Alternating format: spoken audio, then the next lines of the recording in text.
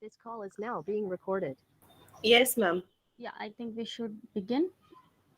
Okay. So good morning, everyone. Welcome to the second day of the International Conference on Technology, a Recent Trend, conducted by Bharati Vidyapeeth, deemed to be University, New Law College, Pune, in collaboration with Social Science and Management Welfare Association, Jabalpur, India. This is Anaya coming to you with lots and lots of curiosity about technology. On the occasion of World Heart Restart Day, let us understand the various aspects of technology and its uses, including excelling in the field of science, law, humanities, etc. It is truly an irony that we are living in an era where a Netflix documentary titled Social Dilemma is based on something which makes us glued to solitude, technology. With this, let us now hear from our expert panelists who are well versed in various subjects, including technological advancement and sciences. What a fitting setup to have a tech conference with the help of tech itself. I now request our dear Dean and in charge principal, Dr. Ujwala Bendale ma'am, to kindly deliver the welcome address. Thank you.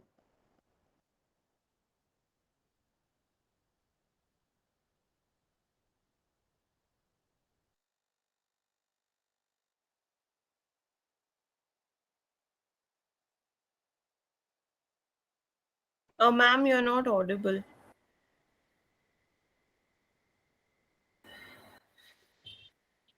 Ma'am, you are muted. Actually,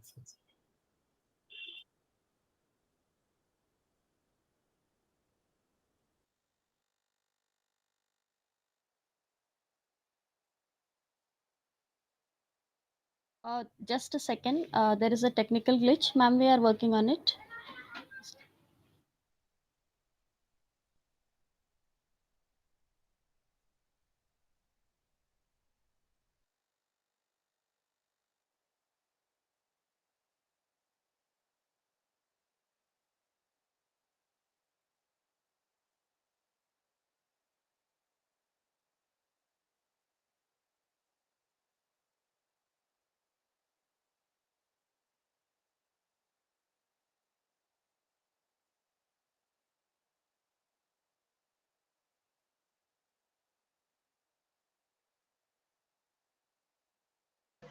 please unmute ma'am please cross button please click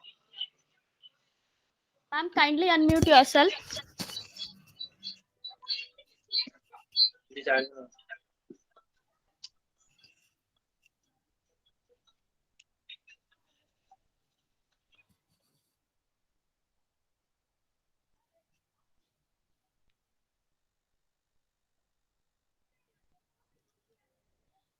Ma'am, you just need to click on that unmute button.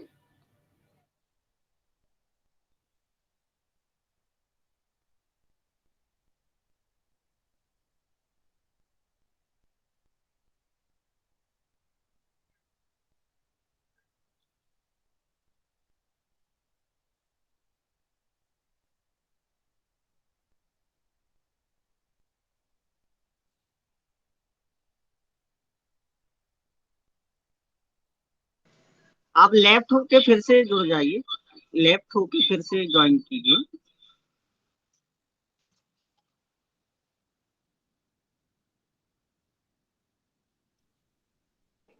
Hello, Yes, ma'am. Rashmi, Yes, can you hear me now? yes, ma'am. Okay, Absolutely. okay. Yeah. Mobile banna kar. Okay, darling. Yes, sorry. I'm extremely sorry. I just don't know what has gone wrong all of a sudden. But yes, good morning, everyone.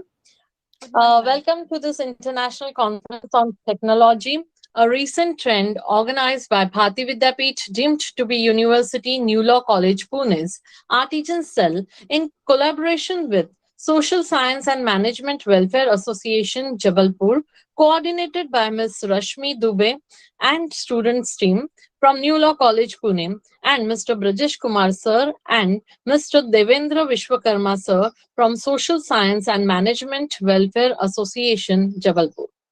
Today, on behalf of Bharati Vidyapeeth, deemed to be University, New Law College Pune, and Social Science and Management Welfare Association Jabalpur, it is my honor to welcome Global Goodwill Ambassador USA, Global Ambassador for Peace and Human Rights, Chairman for Peace and Human Rights, Chief Engineer Egypt AIR, Egypt, member International Social Science and Management Welfare Association. Further, I also welcome Advocate Professor Ganesh Ingmire sir, Chairman GMG and renowned intellectual property enthusiastic Pune, India. I also warmly welcome Professor Dr. Devendra Vishwakarma sir, Secretary Social Science and Management Welfare Association, President Youth Economic Association, EC member of Indian Economic Association and in charge of Madhya Pradesh. And lastly, I would also warmly welcome Dr. Swapnil Bangali sir, practicing advocate and freelance academician, Pune. Before now, we proceed with today's session. I would first like to initiate the session by making you all familiar with our university and our college. The parent body of Bharati Vidyapeeth was established in the year 1964 by Honorable Dr. Patangrao Kadam Saheb with an objective of bringing social transformation through dynamic education. Bharati Vidyapeeth is now a leading educational institute in this country, which has created history by establishing, within a short span of 40 years, 180 educational institutions imparting education from pre-primary stage to post-graduate stage. The spectacular success achieved by Bharati Vidyapeeth is mainly due to the foresight, exceptional leadership, and dynamic personality of Honorable Dr. Patangrao Kadam Saheb. Our patrons, Honorable Dr. Patangrao Kadam Sir, Founder Chancellor, Honorable Professor Dr. Shivajirao Kadam Sir, Chancellor, Honorable Professor Dr. Vivek Sauji, the Vice Chancellor, Honorable Dr. Vishwajit Kadam Sir, the Pro Vice Chancellor, Dr. Asmita Tai Jagtap, Executive Director, Health Sciences, have established this university with an aim of imparting quality education accessible to students coming from different regions of this country. Under the visionary guidance of our patrons, New Law College Pune is ranked amongst the top 5 private law schools, colleges in India. Our college has been ranked and re-accredited A+ grade by NAC in 2017. We have been graded A by by Ministry of HRD. We have been recognized by Bar Council of India and UGC, and we impart courses like LLB 3 years course, BBA LLB 5 year course, BA LLB 5 year course, LLM 2 years, PhD in law, and significant skill-based diplomas. Now, New Law College Pune aims at training and producing legal professionals well equipped with advocacy skills incorporated with visionary and evolutionary qualities as per the current industry standards. The students at our organizations play an integral part through not just academics, but also organizing various events and running multiple student initiative-based cells, such as the Madhyastata ADR cell, Student Progression Cell, SARAL, CCDL, Legal Aid Cell, Moot Court Society, and the Law Artisans Cell.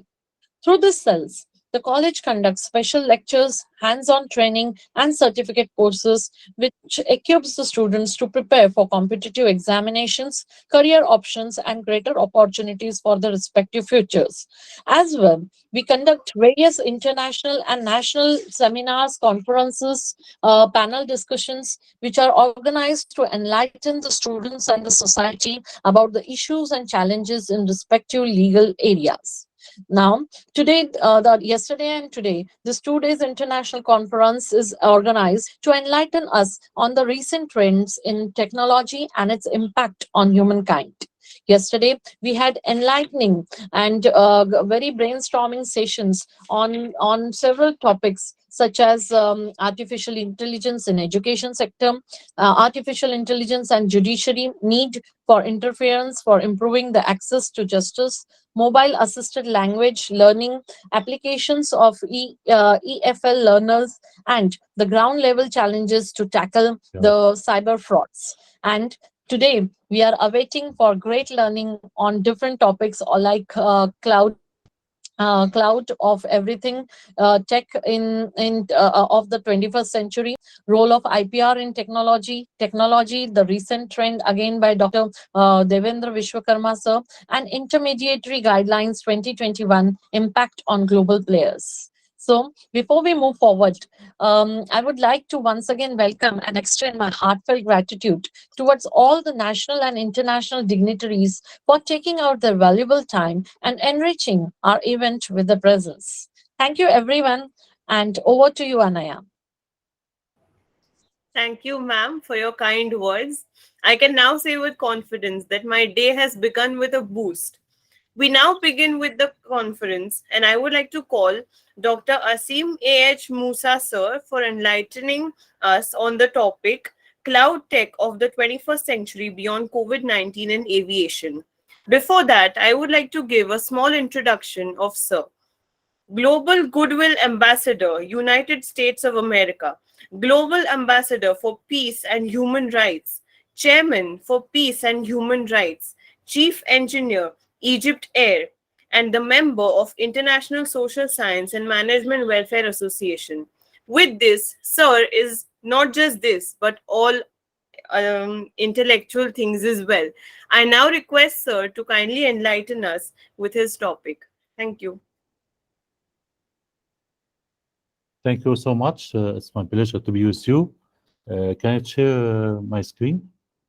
Can I share the presentation? Can you allow me to share the presentation? Sure, sir. Yeah, sure, sir.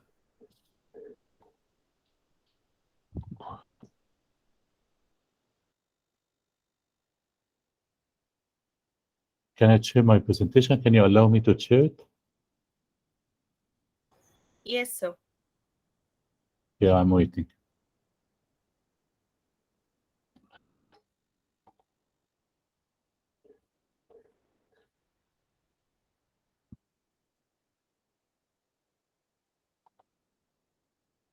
Sir, you can try sharing your screen now.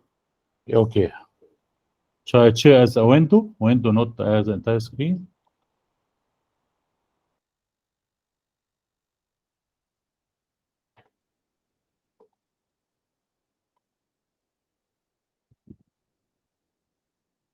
No, still problem to share it.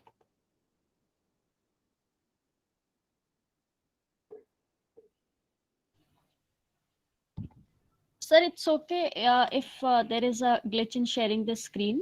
So you can proceed with your lecture. We can share the PPT later on with the participants if you find fit.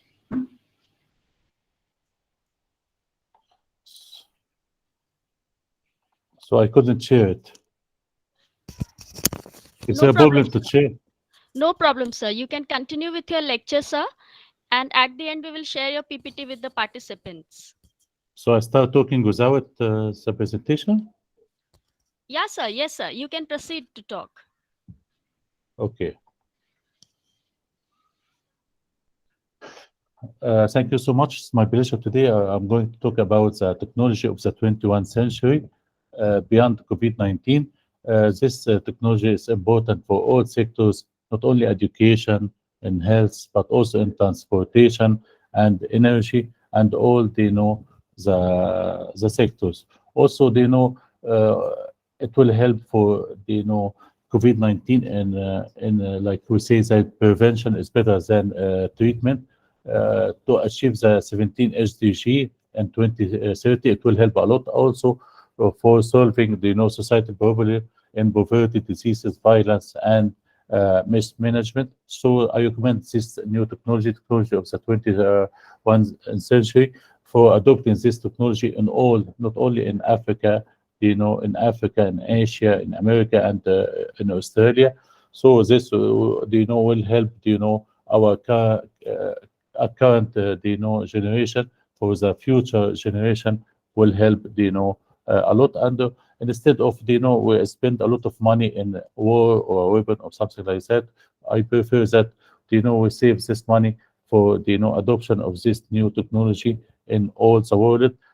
Also, woman has a lot of role, to spread this technology as women, also we find it in crisis like in COVID-19 will help, a lot. So as COVID-19 continue to spread, this cloud of everything will help, to stop this COVID-19. It will help, for example, to find the infected cases, to write a report, in each cases for COVID-19, to sterilize the street, to deliver medicine to hospital instead of touch or something like that, for measure temperature, and to check the wearing of muscle, a mask, for raising awareness of danger of COVID-19, for diagnostic session, for establish a new health system, using three colors like green, yellow, and red, allowing green freedom of movement, yellow in a certain place, and red with a guarantee. Also in detection and the prevention, of these infected diseases. So we have, like 9 levels for, for every places. With this, help of new technology, also help, for probability of contagion, for example, is high 90% if two person, one healthy and other infected, does not wearing a mask, and 70% if the healthy one wear a mask and the infected one does not wear a mask, and 5% if the infected one wear a mask and the healthy one does not wear a mask, till 1.5 if both wearing a mask. So this will help, this technology for stopping the COVID-19. Also, in general, it will help, a lot. For example, in climate change, and I am very proud that Egypt will host, the climate change, association with United Nations this year. Also, for creating smart cities, for changing health care by changing the life of a patient, we can measure, anything bad, in pressure or blood or something like that. And also for preventing global warming, for reconstruct building and combating drought, for improving education, for fighting unemployment and creating a new job opportunity using, for example, 5G and, artificial intelligence and IoT, and for improving the economic level by growing GDP. If you invest, like, for example, 10% in this new technology or 20%, GDP will increase by 1%. Also for improving in home, healthcare, military, natural application, helping elderly and handicapped people, and fixing the millennium, problems and poverty, disease, violence, and leadership for achieving the 17 SDG. Also the leadership, in this new technology, because of the remote, access, and also, the change that happened in this new technology, will it change, and, we need, another type, of leadership. So we have to concentrate about this. Also, world, because of facing, COVID-19 and, diseases. So we have to concentrate in two things. The first one, to universal adoption of this new technology, not only in, like in America or Russia, but in India, in Egypt, in all the world, and also to activate, the emotional intelligence, because emotional intelligence will help in this crisis. For education, for example, we have also talk about the STEM, science, technology, engineering, and math. We have to add, instead of STEM, we like STEM with double M. We have to add, medicine, because what's happened in COVID-19. So, we have to concentrate about emotional intelligence and, the activation of this new technology. And, leaders now who change the change will lead, and leaders who have like 4 stages. Leaders who change the change will lead. Leaders who change with the change will succeed. Leaders who change after change will survive, and leaders who don't change after the change will fail. So we have to consider, because a change will happen, and we have, for example, it's often hard to notice see a change until it washes over you. So this new technology washes over all of us. So we have to change, for a better. There's 28 COE. It's like book written, by, success people, and I have the chance to write, 28 like advices. So I have to concentrate about the two things. The first one, we have to, to concentrate about STEM, science, technology, engineering, math, plus medicine. And the second thing we have, to concentrate about the skills of the 21st century technology. For example, artificial intelligence, Internet of Things, blockchain, 5G, cloud computing, digital twins, quantum computing. This is the future. So after that, we have, like fourth, industrial revolutions. First one about steam power, second one electricity, third one about, computer and automation, and the fourth one is the cyber physical system, is the technology of the 21st century cloud of things technology. We talk about also singularity because the machine will compete with the human before like human compete with human, but now because of artificial intelligence, so human compete also with a machine, and scientists try to surpass the brain power of the human in 2023 or later of that. So and after that, like in 2045, try to surpass the brain power of all human brains combined together. So if I'm talking about computer, we have mainframes, then many workstation, PC, laptop, mobile, ubiquitous computing. So ubiquitous computing, this is a new technology, and all students must know about this new technology because the size will decrease from mainframe to the PC computer till we go to the ubiquitous computing. At the same time, the number will increase from one mainframe to a lot of PC to a lot of like tools for every person, like 10 or something like that.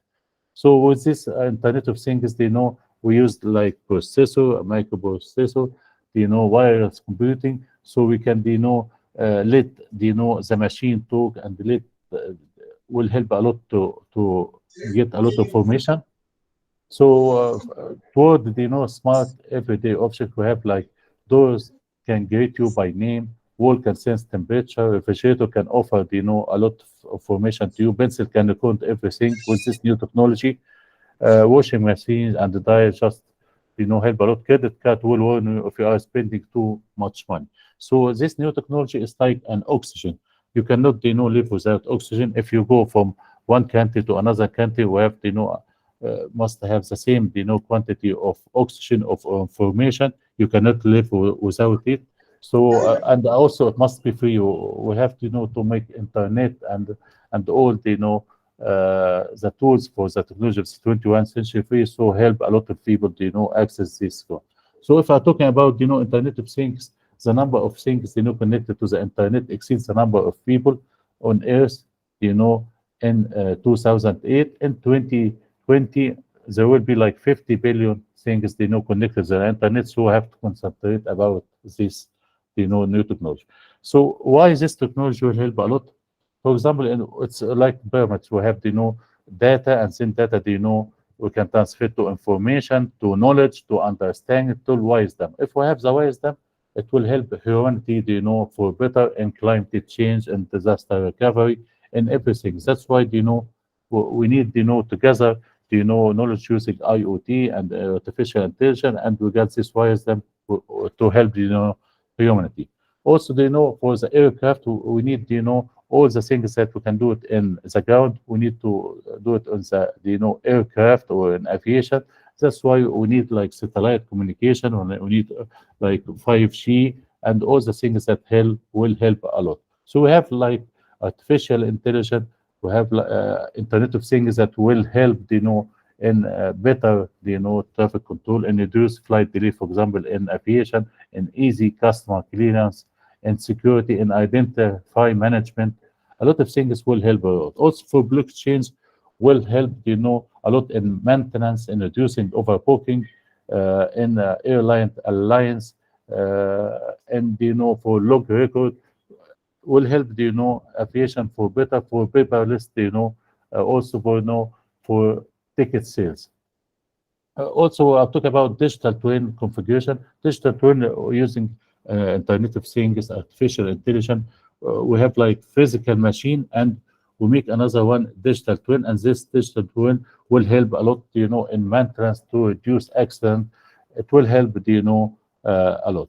So also I'll talk about artificial, augmented reality, virtual reality, mixed reality will help, in an entertainment, in training, in all sectors, not only, in aviation.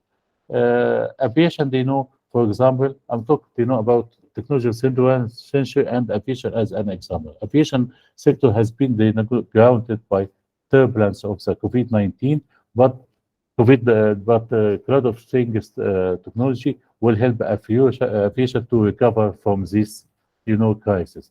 So if I'm talking about, we have IoT and the cloud. Internet of Things, it's a real world, but cloud is a virtual world.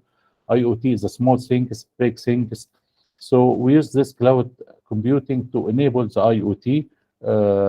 For example, there's a challenge for this cloud computing to enable the IoT. For example, for IoT, we need dynamic, we need real time, we need availability, we need data protection, power consumption, a lot of things. With cloud, challenge to because of cloud challenge elasticity, quality of service, scalability, reliability, privacy, and security will help to activate this IoT. 5G also will help, and this is a use case for 5G in human machine interaction, in a smart transport, in remote control, in a meter and sensor. A lot of use of 5G. Why 5G?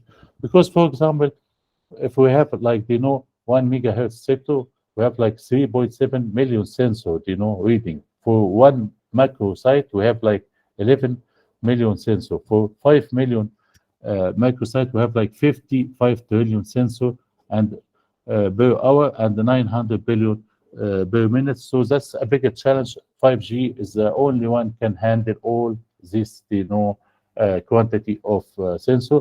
And also, for example, to control anything, for example, for driverless car, to control this driverless car, if the speed 120 kilometer per second, for 1 millisecond response, it will make a shift 3 centimeter.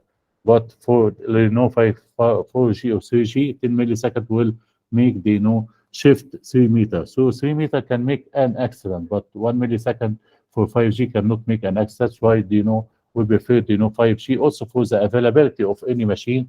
For example, availability if 90%, it will make downtime for hours or days of something like that. But if we use 5G, the availability 99.999, it will make the downtime in seconds. So a very small For the artificial intelligence, the most important is deep learning.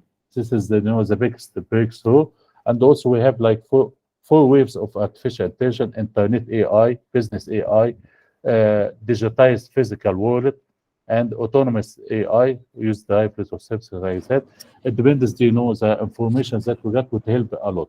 For 5 premises for artificial intelligence, we have massive data, accurate, tagging, single domain, computation power, and of course, we need AI expert to activate the artificial intelligence.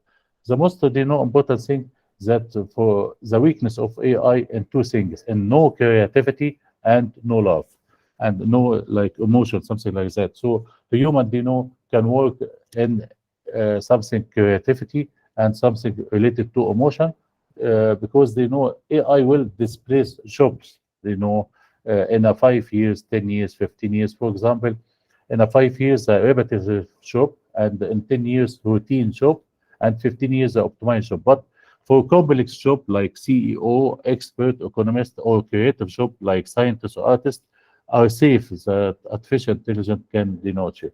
So, cloud of everything statistic, we have some bad news about, what's happened for COVID-19. For example, the USA retail e-commerce, sales decreased because what's happened in 2019, and also the African growth decreased. Also, 1 million people unemployed and another 3.5 million on job keeper in Australia. A lot of bad things are because of COVID-19. But cloud of everything can help a lot to recover from this, because it will depend more on local supply chains like in India. Also, if a woman had equal opportunity, can the GDP will increase by $5 trillion. Also, IoT could eliminate waste by $150 billion. In aviation, in healthcare, in power, in gas because of 1%, saving 1%. Also, 5G in USA will generate $500 billion and 3 million jobs. A lot of, also 2.3 trillion dollars because of 5G. Artificial intelligence will go from 2017 to 2024 by compound annual growth rate of 47%. A lot of good things, will have. For example, for aviation, we have like increased cost, decreased profit, and employee morale, low customer experience, and a lot of challenge because of increased cost, legacy and infrastructure, internet, savvy passenger, a lot of things, and we need to improve revenue, improve passenger experience, smart security, smart green initiative, improve efficiency. So cloud of everything will help a lot because 67% of aviation, think that Clouty will change the field in a better, and can allow saving of 30 billion, in fuel within 15 years, improving service of the company, improving passenger flight delay, allowing airline customer to wait for a delayed flight at home, opening a new age of transportation, reduce the number of flight delay, life jacket, oxygen mask, and workability of airplane can be checked. A lot of good things that this new technology will help. For example, kind of everything is statistic in aviation. We have like bad news, like for example, revenue losses 252 billion in 2020, reducing traffic from 48% to 61. Passenger has seen a traffic fall from 10.9 million passengers. A lot of bad things, 75 million job at risk. A lot of bad things because of COVID-19, but cloud of everything can recover it. For example, AI revenue increase. IoT can eliminate waste up like $150 billion. Artificial intelligence, compound growth rate increase. 25 delay from turnaround because the aircraft is stayed, in the ground. We will lose a lot. We need, the aircraft to be in the sky to get money. A lot of things, will help using this new technology, and a lot of statistics I can show you if I can, share the screen. Also, it will help a lot to reduce the accident. Augmented data and virtual reality will help aviation. For example, there's a lot of travel frustration because of for example, in automatic transit, in taking the stress out of the travel and finding the way at the airport. The only solution of this all frustration was use this new technology, was help in automated identity, intelligent ticket, intelligent recommendation, augmented reality, payment with memory, cloud computing, will make the passenger more happy and more satisfied by 53%, 82 advance to the factor. Also, there's a lot of technology like wearable technology, digital tagging, iBeacon, cloud service.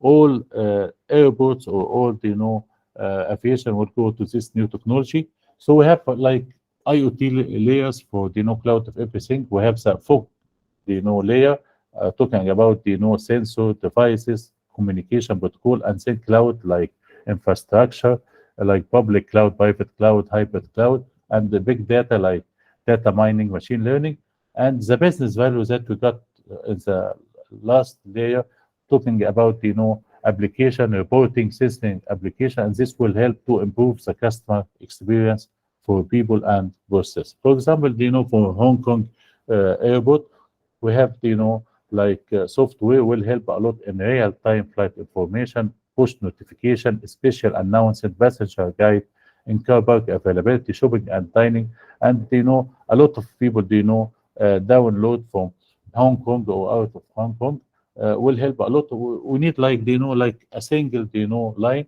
from car parking to flight status to wayfind, shopping, boarding alert, package collection, transport planning. Will help in wayfinding, in virtual signal, in e-shopping, in F&B ordering, in mobile payment. All of this using this cloud of everything technology to help passenger, for better, service. Also for toilet availability, we use like analytic video that will help if there's a trolley for to carry the car or or not, instead of using IoT, because we need to change a battery a lot of time, and cost a lot also for queuing of passenger, will help a lot to get like red statements that the queue is full. So for future to reduce this queue, also for GPS tracking to track all the vehicles, for beacon infrastructure, a lot of application using this IoT, and that for the future, for smart maintenance, for aircraft turnaround management. For example, if the aircraft in the ground have like 16 milestone, like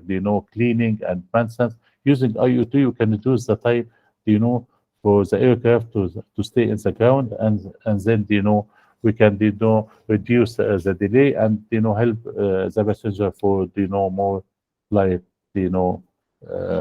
so the potential for IoT will reduce a cost for 150 billion, in aviation for 30 billion, in power for 66 billion, in healthcare 63 billion, in rail and 70 billion, and oil and gas in 90 billion. That's why we recommend it.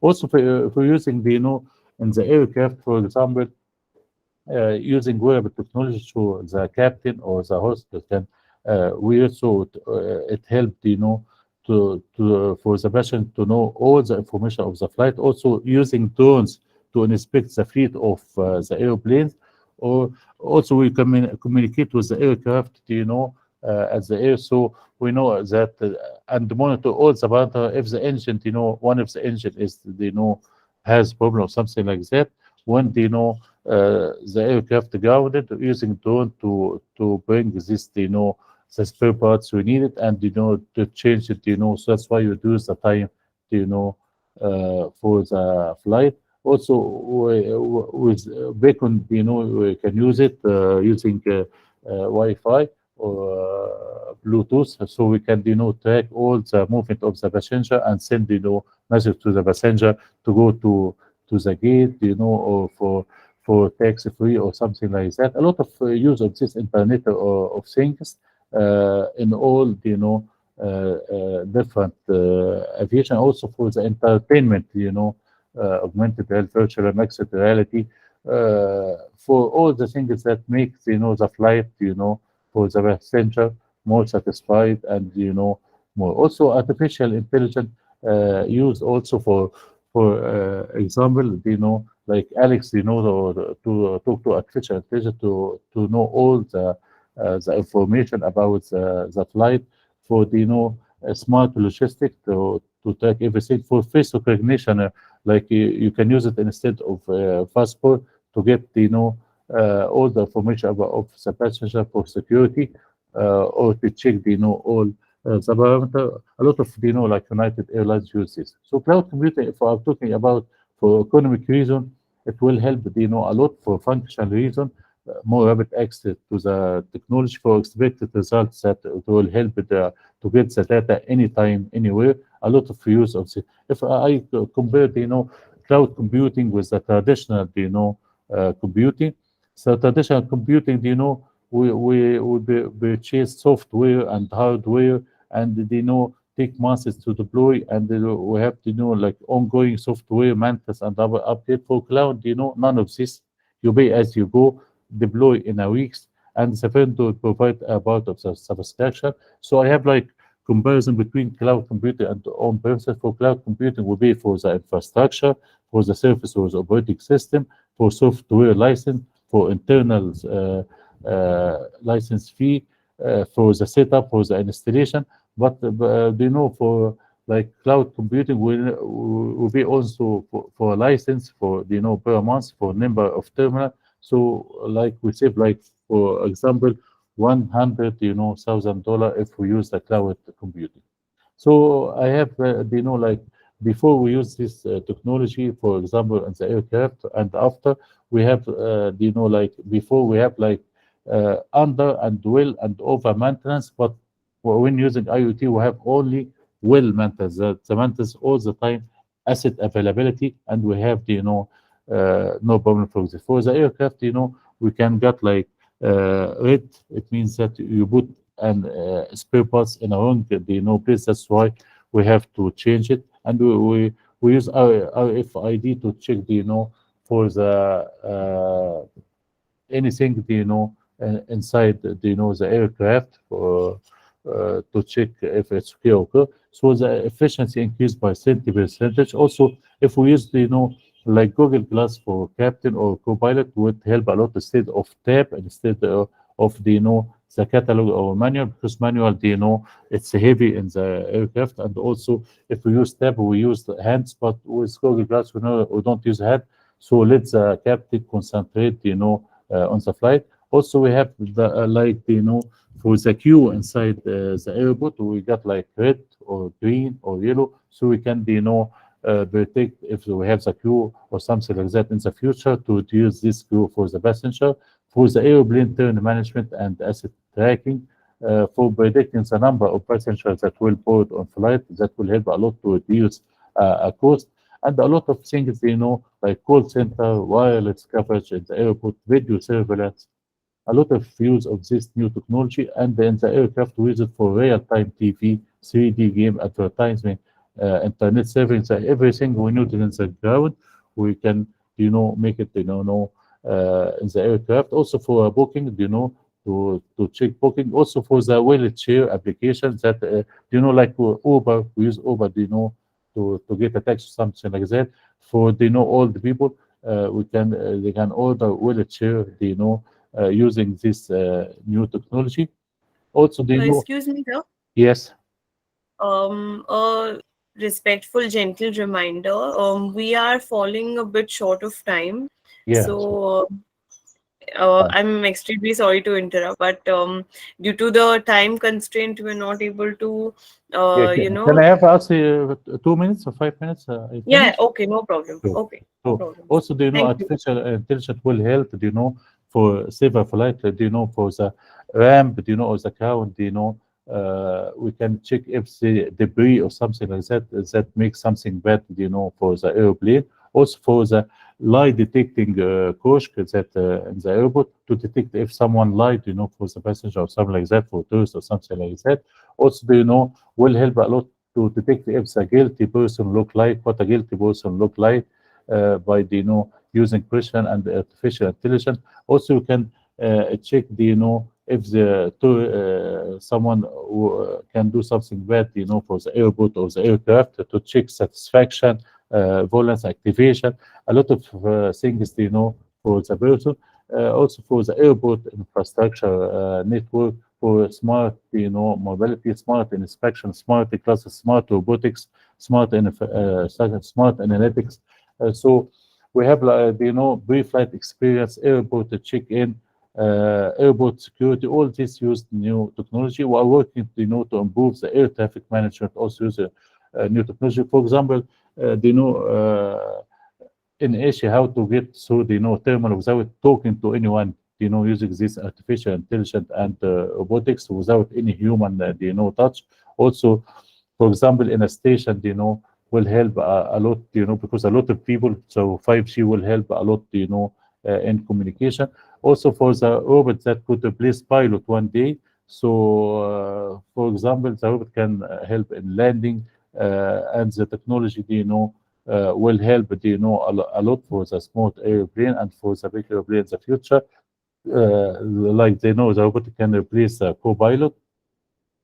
And also, the goal is to make the flying more autonomous, without, change the software of the airport. For example, if we compare, the autopilot with the human, the autopilot, human is better in normal condition, in stormy condition, and, mountain condition, but in a foggy condition, autopilot is better. So, the future now we can, control, the aircraft using the mobile and this new technology, one day, because, we go to the edge of the, iPhone or this new technology. Also, will help, to train, the bad situation like fire or something like that. Thank you so much for this opportunity. and wish you, all the best. Thank you so much. My pleasure to be with you. Thank you. Thank you so much, sir. As you mentioned, as the pandemic was a very tough time for all of us, but thanks to technological advancements, we could be in touch with the world and also keep track of the incidents happening around the world. Due to online data published by organizations like WHO, we could understand the situations around us in different parts of the world. So, thank you, sir, for enlightening us with your words. We Thank now you so move much. on to our next speaker, Advocate Professor Ganesh Hingmire, sir. Professor Ganesh Hingmire is a renowned intellectual property, that is IP enthusiast, and a winner of two consecutive National Intellectual Property Awards in 2015 and 2016, given by the Ministry of Commerce, Government of India. Professor Ganesh completed his LLM from the UK after completing LLB from renowned ILS Law College, Pune, after his science degree in chemistry. He has also completed his master's in philosophy in the subject of economics from the University of Pune with a record of 91%. He has completed several professional trainings in Japan Patent Office, Indian Institute of Foreign Trade, IIT Kanpur, and NISCAE.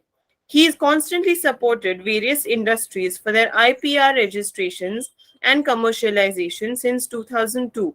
He is a visiting faculty to most prestigious academic institutions in India and delivered more than 1,000 sessions in different states, including IITs and national law schools.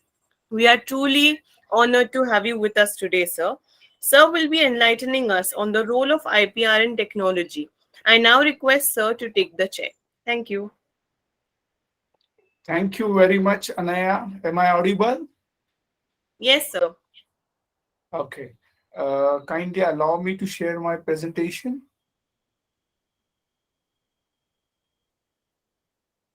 You need to make me co-host.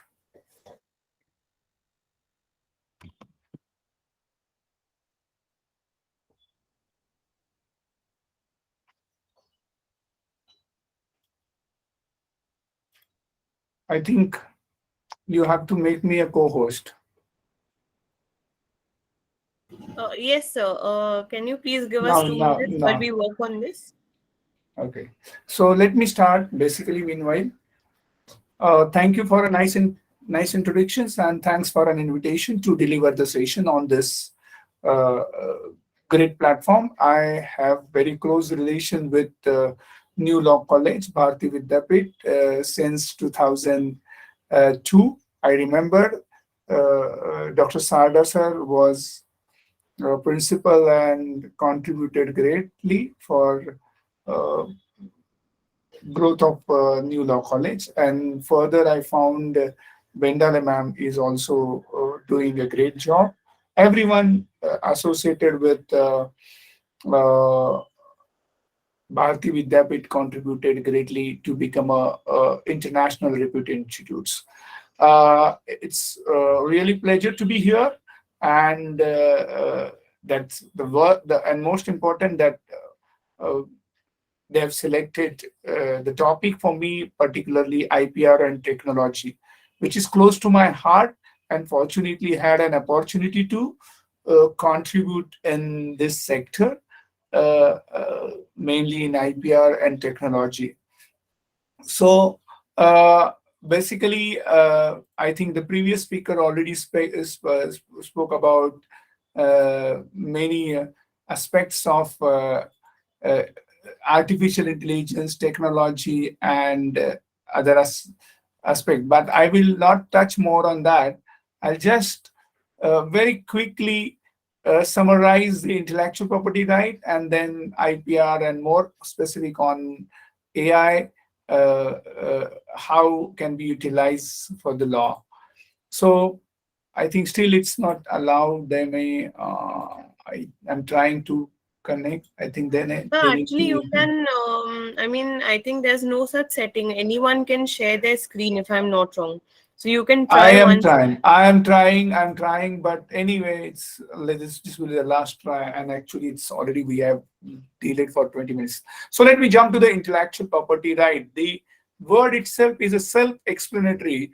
This is proprietary right created by intellectuals. Intellectual here is who intellectuals? That human being. A creation of human being can be protected as an intellectual property right. Very simply. And there is a very close relations you will find between intellectual property right and a technology. And that's why I think this is the most important topic for today's seminar. So now, let me ask you the few questions, and actually that questions may lead to understand the relations or nexus between the IPR and technology. How many of you have heard there are judges, robotic judges are deputed in China to decide the legal matters? So there is a link you will find. You will find there are 4 judges deputed by the Chinese government as a robo. So they will decide the cases on merits, on submission, on bullet points, or on law points, or what we can say, points of facts can also be studied on that points. So here, the first thing which you have to understand now, there is a technological and enhancement, or technology became a part of a legal system now. Judges will decide the cases, and that is will replicate it to the whole world, including India. And you will be surprised to know that the present, I mean the proposed Chief Justice of India, D.Y. Chandrachud, is heading a committee how artificial intelligence can be a part of Indian legal system or judiciary in particular. So you all can search such kind of things. The robotic judges at China, how they are delivering this justice. Then what is the committee established for the technological involvement in the judicial system would be then another question you can study and collect the data for that. How Supreme Court is so active on artificial intelligence mentioned by the previous speaker in India. So there also you'll find the connection of intellectual property right and particularly technology and very connections. How many of you have heard about the robo, the concept called robo in Momo? Momo, that is, you'll find it's a robo to serve as a waiter. So you place an order, robo will deliver. In restaurant, robo will deliver your food at your table. So that's how the jobs are gone, and robo will come on. Who developed that robo? Who made that develop? Human being. And then that human being is entitled to receive the intellectual property right in the form of patent or copyright. And then that gentleman who developed the robo will get the royalty for that. In Pune, you will find robotic surgeries become a famous now. Knee robotic surgeries. So that a robo will carry the surgery, and people started believing more on machines. So that's how the machines will replace the human work. It also replaces the professional work more specifically. So your work, my work will be carried by the machines, and there you will find the challenges will be more. Can they use their brain? Can they act like a human being? So here is the challenges. So challenges to the all professional and including the legal professionals, since this is initiated by a law college. So here I would like to give you an example of Borders publication. I don't know how many of you have heard about the Borders publication there in United States. They had 400 shops. They literally closed those shops, and 11,000 employees lost their employment. That is not only happened there in United States, but also in India, in Maharashtra. There is a book publication called Popular Book Publication, and in Mumbai there is a Stands book publication. So what had happened? Technology replaced those businesses, those ventures. Just imagine if, and that's already happened in Pune, there is a place called Chakan, and in Chakan, there is a small village. One gentleman from that village developed a robot teacher, and he also called that teacher Alexa. So that teacher will deliver the session, and rural area people can listen them again and again. And the cost is very, very less, hardly $15,000, that may be 1 lakh. So which is a 1 month, even half of the salary of the present teachers or professors somehow. So that way, you can listen that teacher again and again. You can ask that robo again and again. That robo will answer your question whenever you ask, and there won't be any tiredness. So just imagine if I'm teaching an intellectual property right and more on patent, and if someone from the class asks several questions, sometimes I get tired, I get bored, but that robo won't. What will happen then?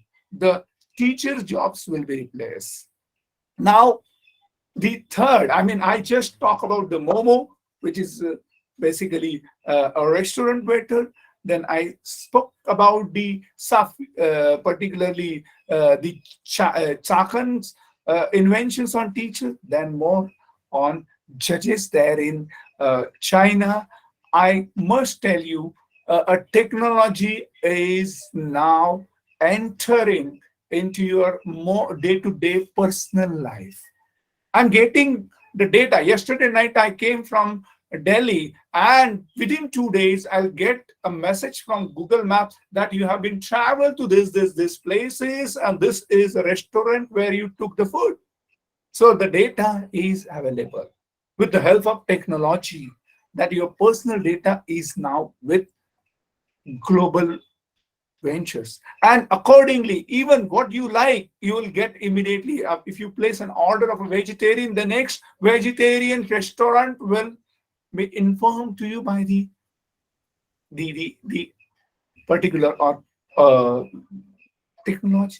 So that's how it is now become a part of your day-to-day life. It will take your job, and that's a biggest challenge, and where you have to equip yourself, how you will have to deal the situation is the question.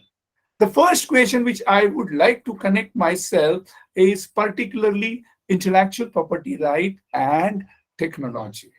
These two particularly field, in fact, goes hand in hand.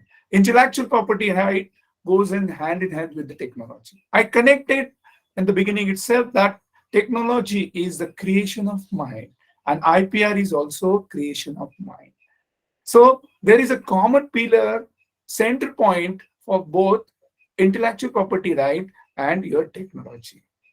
So that's how the intellectual property need to understand. What is intellectual property? I mentioned in the beginning, the property which is created by intellect is an intellectual property right. There are different forms of intellectual property right. Patent, which we know very well. If you invented something, if you invented some product or process, you can get the patent for that. It should be novel. It should be inventive. It should be what we can say industrial applicable.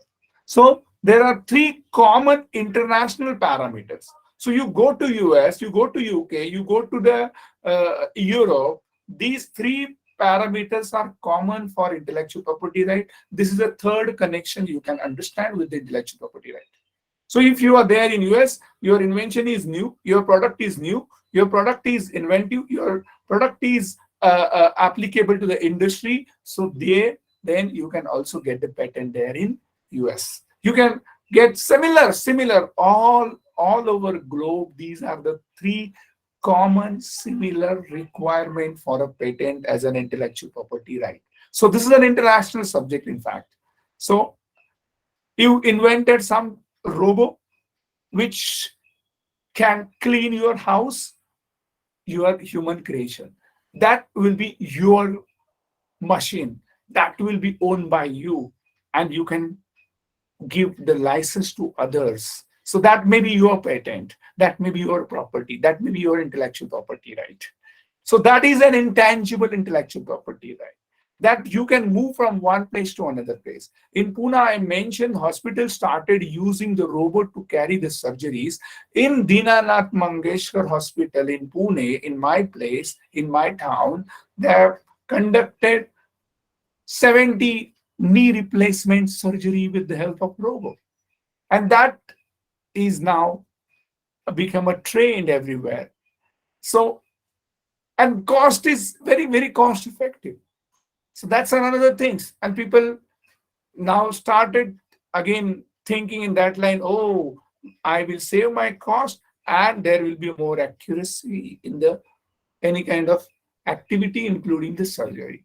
So here, my concern is that about patent, that is again a machine or technology developed by the human being can get the patent. There is also another form of intellectual property right called copyright. You have some computer program, and that computer program can get the copyright as an intellectual property right. We all know books, that is copyrighted. Now there is an audio book, digitally available book, that is also important. So that can be copyrighted. Then you have particularly various YouTube channels that are also copyrighted. So there you will find nowadays many piracy cases are started. So that's a big challenge, and opportunities are also there. Opportunity in the term of what you can say, catching the piracy and taking them to the court of law. So here, cyber crime, cyber police are active now, and yesterday only they received the India's National IP Award for enforcement of intellectual property rights, cyber crime in their own. So here you can say that particularly opportunities are also created simultaneously in this sector or in this field.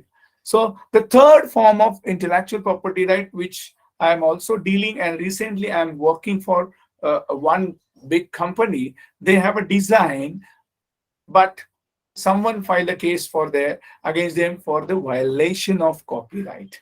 So here, that design which we know that we can remember the Tata Nano, we can see the Bisleri bottle. Nowadays, Bisleri came with very small bottle, and you can carry that bottle with you whenever you are traveling. So that's how that there you can see at the bottom of the bottle, you will see the registration number. So that design is also an intellectual property right. And the machine which is made to get that design is again an intellectual property right. I mentioned about the copyright right now. You can see that the presentation which I supposed to give, but because of the technological hurdles, we could not share that presentation, that PPT, that particularly PowerPoint presentation is a software developed by some companies, and they own that intellectual property right. Sir, you So have been marked as a co-host. You can share your screen, sir. but I think that's I tried several times. I don't know. Okay, Somehow no problem, sir. No problem, sir. that's anyway. I'll complete my section, and I'm fine. Yes, sir. Thank you, sir. So here, I begin with connection, and then we discuss about the various examples, and now I'm touching to the various forms of intellectual property right and their connections with the technology. So design, again, you will find on that front. So Tata's design, if you see that the engine is on the back side, that is also a creation of human minds, such as an intellectual property right. And we cannot say all big companies and corporate sectors are only connected to the intellectual property right, but we all are individually very much connected to the intellectual property right.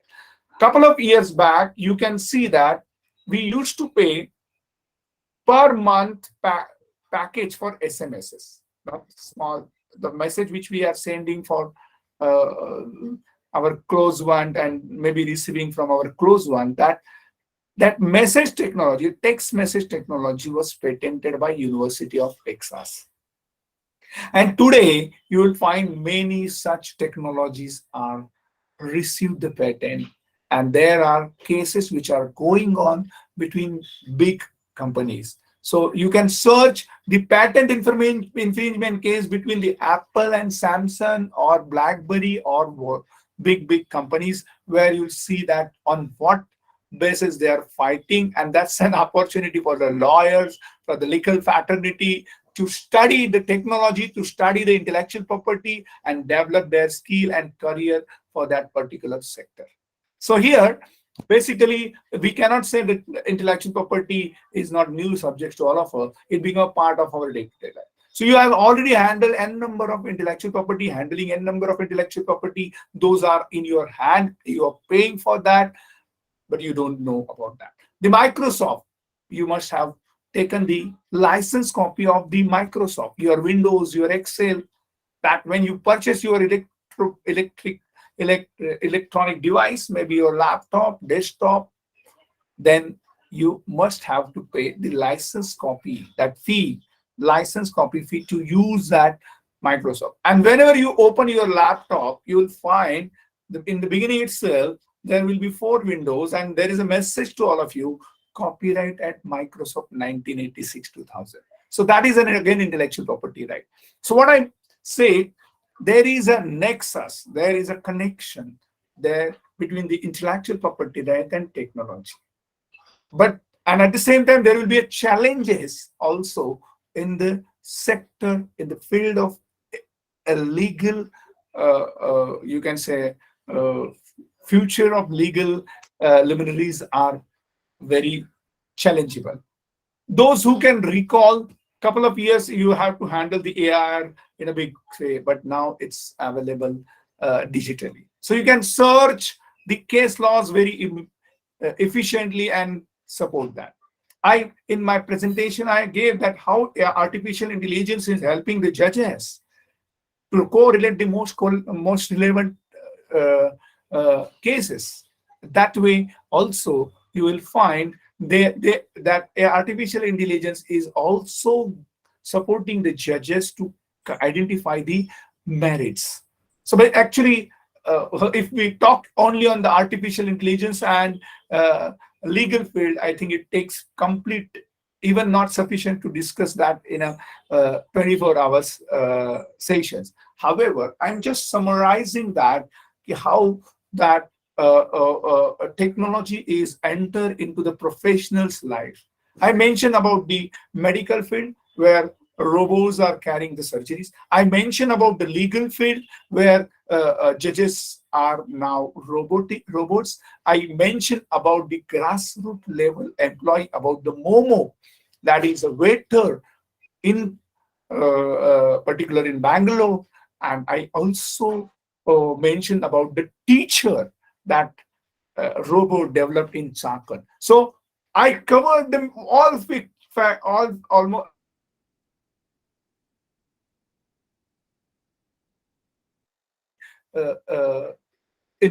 Particularly technologies enter into their life, and that's very cheap, so even government will prefer. Then what about the employment, where we have to think about it? And I also mentioned a very serious example about the borders there in US. 400 shops they have closed and 11,000 people lost their jobs. What will happen if that technology is completely entered to your profession? How you'll have to survive? Here is the intellectual property right will help you. I mentioned in between that it is a human creation. Who created robo? Who created that software? Which is the intellectual property right? Human being. How you will protect it? It's a human being. So if I created a teacher robo, I am feeding all the information. And that robo will use or work in particular college, then I only can get the intellectual property right on that creation. Further, on daily basis, there are some cases are going on. So I just have to add, because we all know there is a legal system called precedent. The decision given by the Supreme Court is binding on the inferior court. So yesterday's decision might be overruled by today by another judge. So I can add that, I can comment on that, I can understand that, I can prepare a separate argument on that. So since it was my creation, it was my intellectual property, I will get an opportunity to improve that intellectual property right. And I must tell you about the patent. This in the whole world, 97% patents are improved patent, and only 3% patents are original patents. So intellectual property create a scope for professionals. Only you'll have to equip yourself, and then you'll have to improve yourself. So there is a regular improvement is required you to get an upper hand. And that's how the first suggestion, that to accept the technology, improve the technology, develop the technology, utilize the technology. You cannot keep yourself away from the technology and IPR. Those who will create an intellectual property right, they'll get the royalty. What I mentioned about the University of Texas created that text message, and they receive the royalty. Based on that, they develop another technology. The objective of the intellectual property right to enhance the human creation. And there you'll find technology automatically involved. And that's how you can again correlate out. There are a number of examples which I can quote by the professor who created fantastic intellectual property right.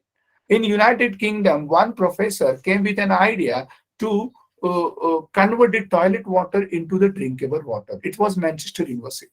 A lady professor came with an idea, and Bill Gates Foundation supported that idea. She literally created one technology that will convert the toilet water into the drinkable water. She got the patent for that, and she got also support from the Bill Gates Foundation. So here, that technology is solving the problem of the society. We have big problem of water, and she has utilized her technology to save the water, to utilize the water. But she got the patent, she got the intellectual property, she got the support to create another intellectual property for that. She solved the problem of the society. So there are many such kind of example you can find. I have a number of examples on intellectual property right and technology. In IIT Madras, the students invented Vayu Jala. Vayu means air and Jala means water. So they have developed a machine. Through that, you can have H2O, that is water. So that is another technology. In Hyderabad, one student, 22-year-old students also invented a device. Through that also you can create a water from the air. So in that sense, what is the message to all of us? Technology is required. Technology will solve the problem. Technology will create an intellectual property that is human creation, and that can be protected as an intellectual property right. Those who are practicing in intellectual property, they'll get an opportunity to do so, and they'll get a good revenue, and every day new work would be there. And if someone copied that, then another opportunity is the infringement cases. So we are handling many cases like that only. So here, opportunity to register intellectual property right to the legal fraternity, opportunity to enforce the intellectual property right, and the another aspect for the commerce student particularly to evaluate that intellectual property right. If I wanted to evaluate that Vayu Jal technology by the IIT Madras, how I can do that? I can take the help of the chartered accountant or ICWA or the finance people who can give me an idea. That's okay. There is a demand from the different part of the world, and that such kind of machines, that much of amount of machines can be produced, and that XYZ profit may be expected. And in that sense, people will invest in your ideas, in your intellectual property. So there is an opportunity for account people, there is an opportunity for finance people, there is an opportunity for the banking sector also, if you have intellectual property right for a technology. So here, particularly that way, I am just touching the different field and connecting themselves to the intellectual property right. That is a law, basically, a different forms, and connecting to the technology. So here, that way, you will have to understand that. And please make sure you'll have to equip yourself with the intellectual property right, otherwise you will lose the job. And of course, very precisely, very simply, we can understand recently Prime Minister of India launched 5G technology. Again, technology. So now you can say, oh, no, technology is not aware. I don't have to do that. And how it is going to helpful to me. If you have a best example, 6G, you know that 6G, 164-hour cinema you can download in 30 seconds. Just imagine what will be the impact. Today, I mean, we simply even to upload my presentation, we found that's a technical error. But how that's, and today you are a recording and you can read and listen and again, that's the technology. Now we all are connected because of the technology. Someone invented it, someone got the patent, someone might have got the copyright, and he is earning the royalty out of this session. So that's how you can understand the technological benefits. So that is the power of intellectual property right, and connections with the technology you can understand easily. There are n number of examples. So I just wanted to give that everywhere, in every sector, in every field, technology and IPR would be. If you started using someone's technology without the permission, it is a violation of intellectual property right, I will already mentioned. And we are handling a n number of cases like that only. Actually, again, I said, if we start talking about the cases, we work for the UK inventor, we work for the many international inventions, and I don't know how many of you are aware of the fact there is a mandate on India and all over even globe that by 2030 SDG, I don't know how many of you might have heard about this word SDG, that is a sustainable development goal, is mandatory for all over globe by United Nations. And there you have to see the technology that can achieve the SDG goal. Those are 17 goals. 17 goals by the United Nations, and it's mandatory to everyone, including India. All industry will have to equip themselves, and if they fail to do so, I think that's the big challenges. And there are n number of small things are connected, including the carbon credit. So environment law is also will play an important role, and that is also based on the technology. You can see that technology is also enter into the farm sector, drones, defense sectors. Some of you might have seen the movie Uri. Who invented that drone? Who invented the drone for the farmers? Whether that is a technology? Yes, human creation. Again, can you and me manufacture that drone for the farmers or drone for the defense without the permission? No, we cannot. That is an intellectual property right. And this is globally. Though the robo which I mentioned for Dinanath Mangeshkar was purchased from the UK. So internationally, there are trade going on between the one nation to another nations for technology which got the patents, which got the intellectual property right. Then royalty will be paid. Even in Maharashtra, not only for the hospital sector or legal sector, but farm sector, we still pay a royalty for Mahabaleshwar strawberries mother plant there in US. So they got the intellectual property right, and we are paying every year royalty, and we are purchasing the mother plant for the Mahabaleshwar strawberry. So one can imagine that. And now even various departments are taking farmers and for officer to Israel to see the technology for the farming activity, which they got the intellectual property right. So there are so many examples globally, and of course, you can also read about the agriculture sector, the technology, which in terms of hydroponic, aeroponics, you please read that. So you, in your own place, in your own home, you can have Karela. You can have many agri products. That is again technology based, and that where you'll have to take the a license from the creator of intellectual property, right? So then, actually, the very nexus you will find, the relations you will find between the intellectual property right and technology. It become a part of every field of.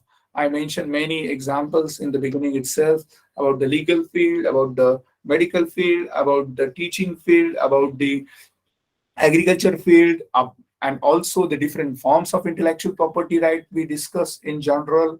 Uh, Again, it takes long time to understand that.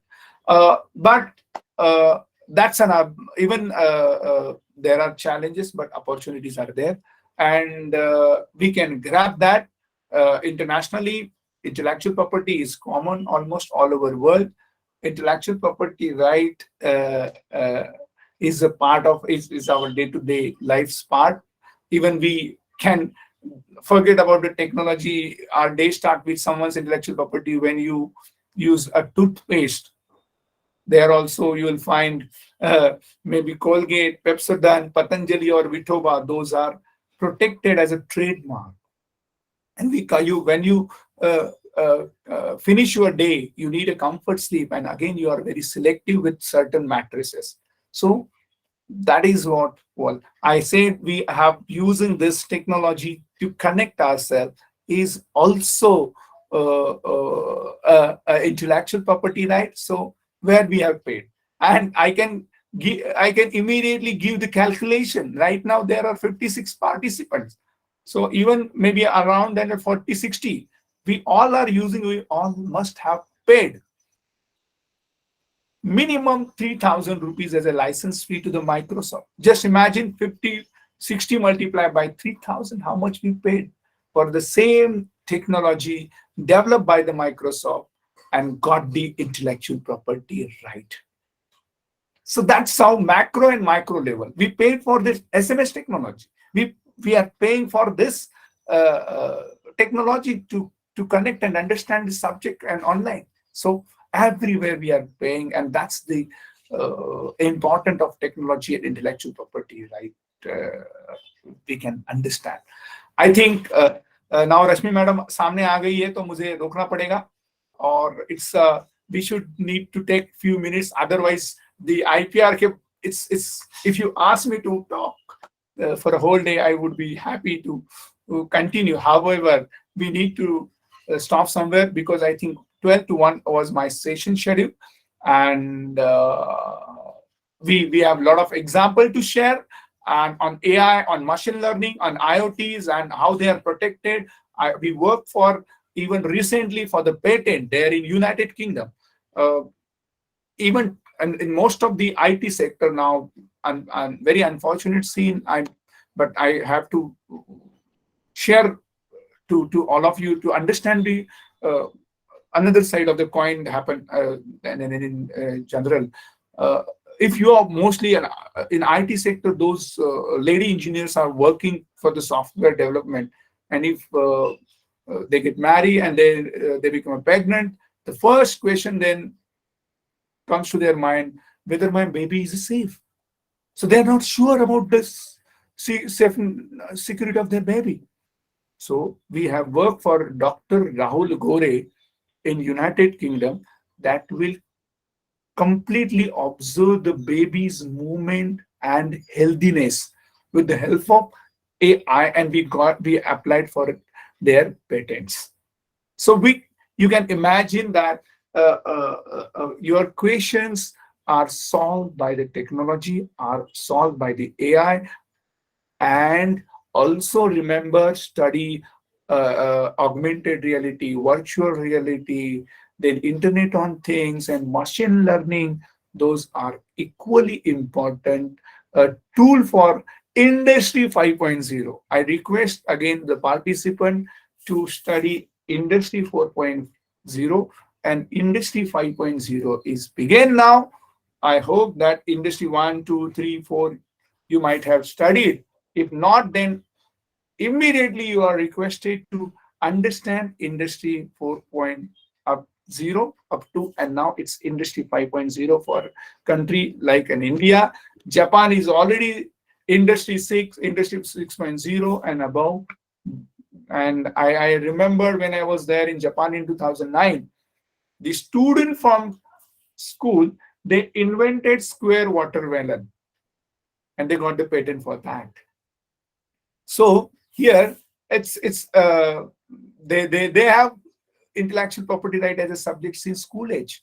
Since 7th standard they have books, and they are literally creating intellectual property right since they know subject very well.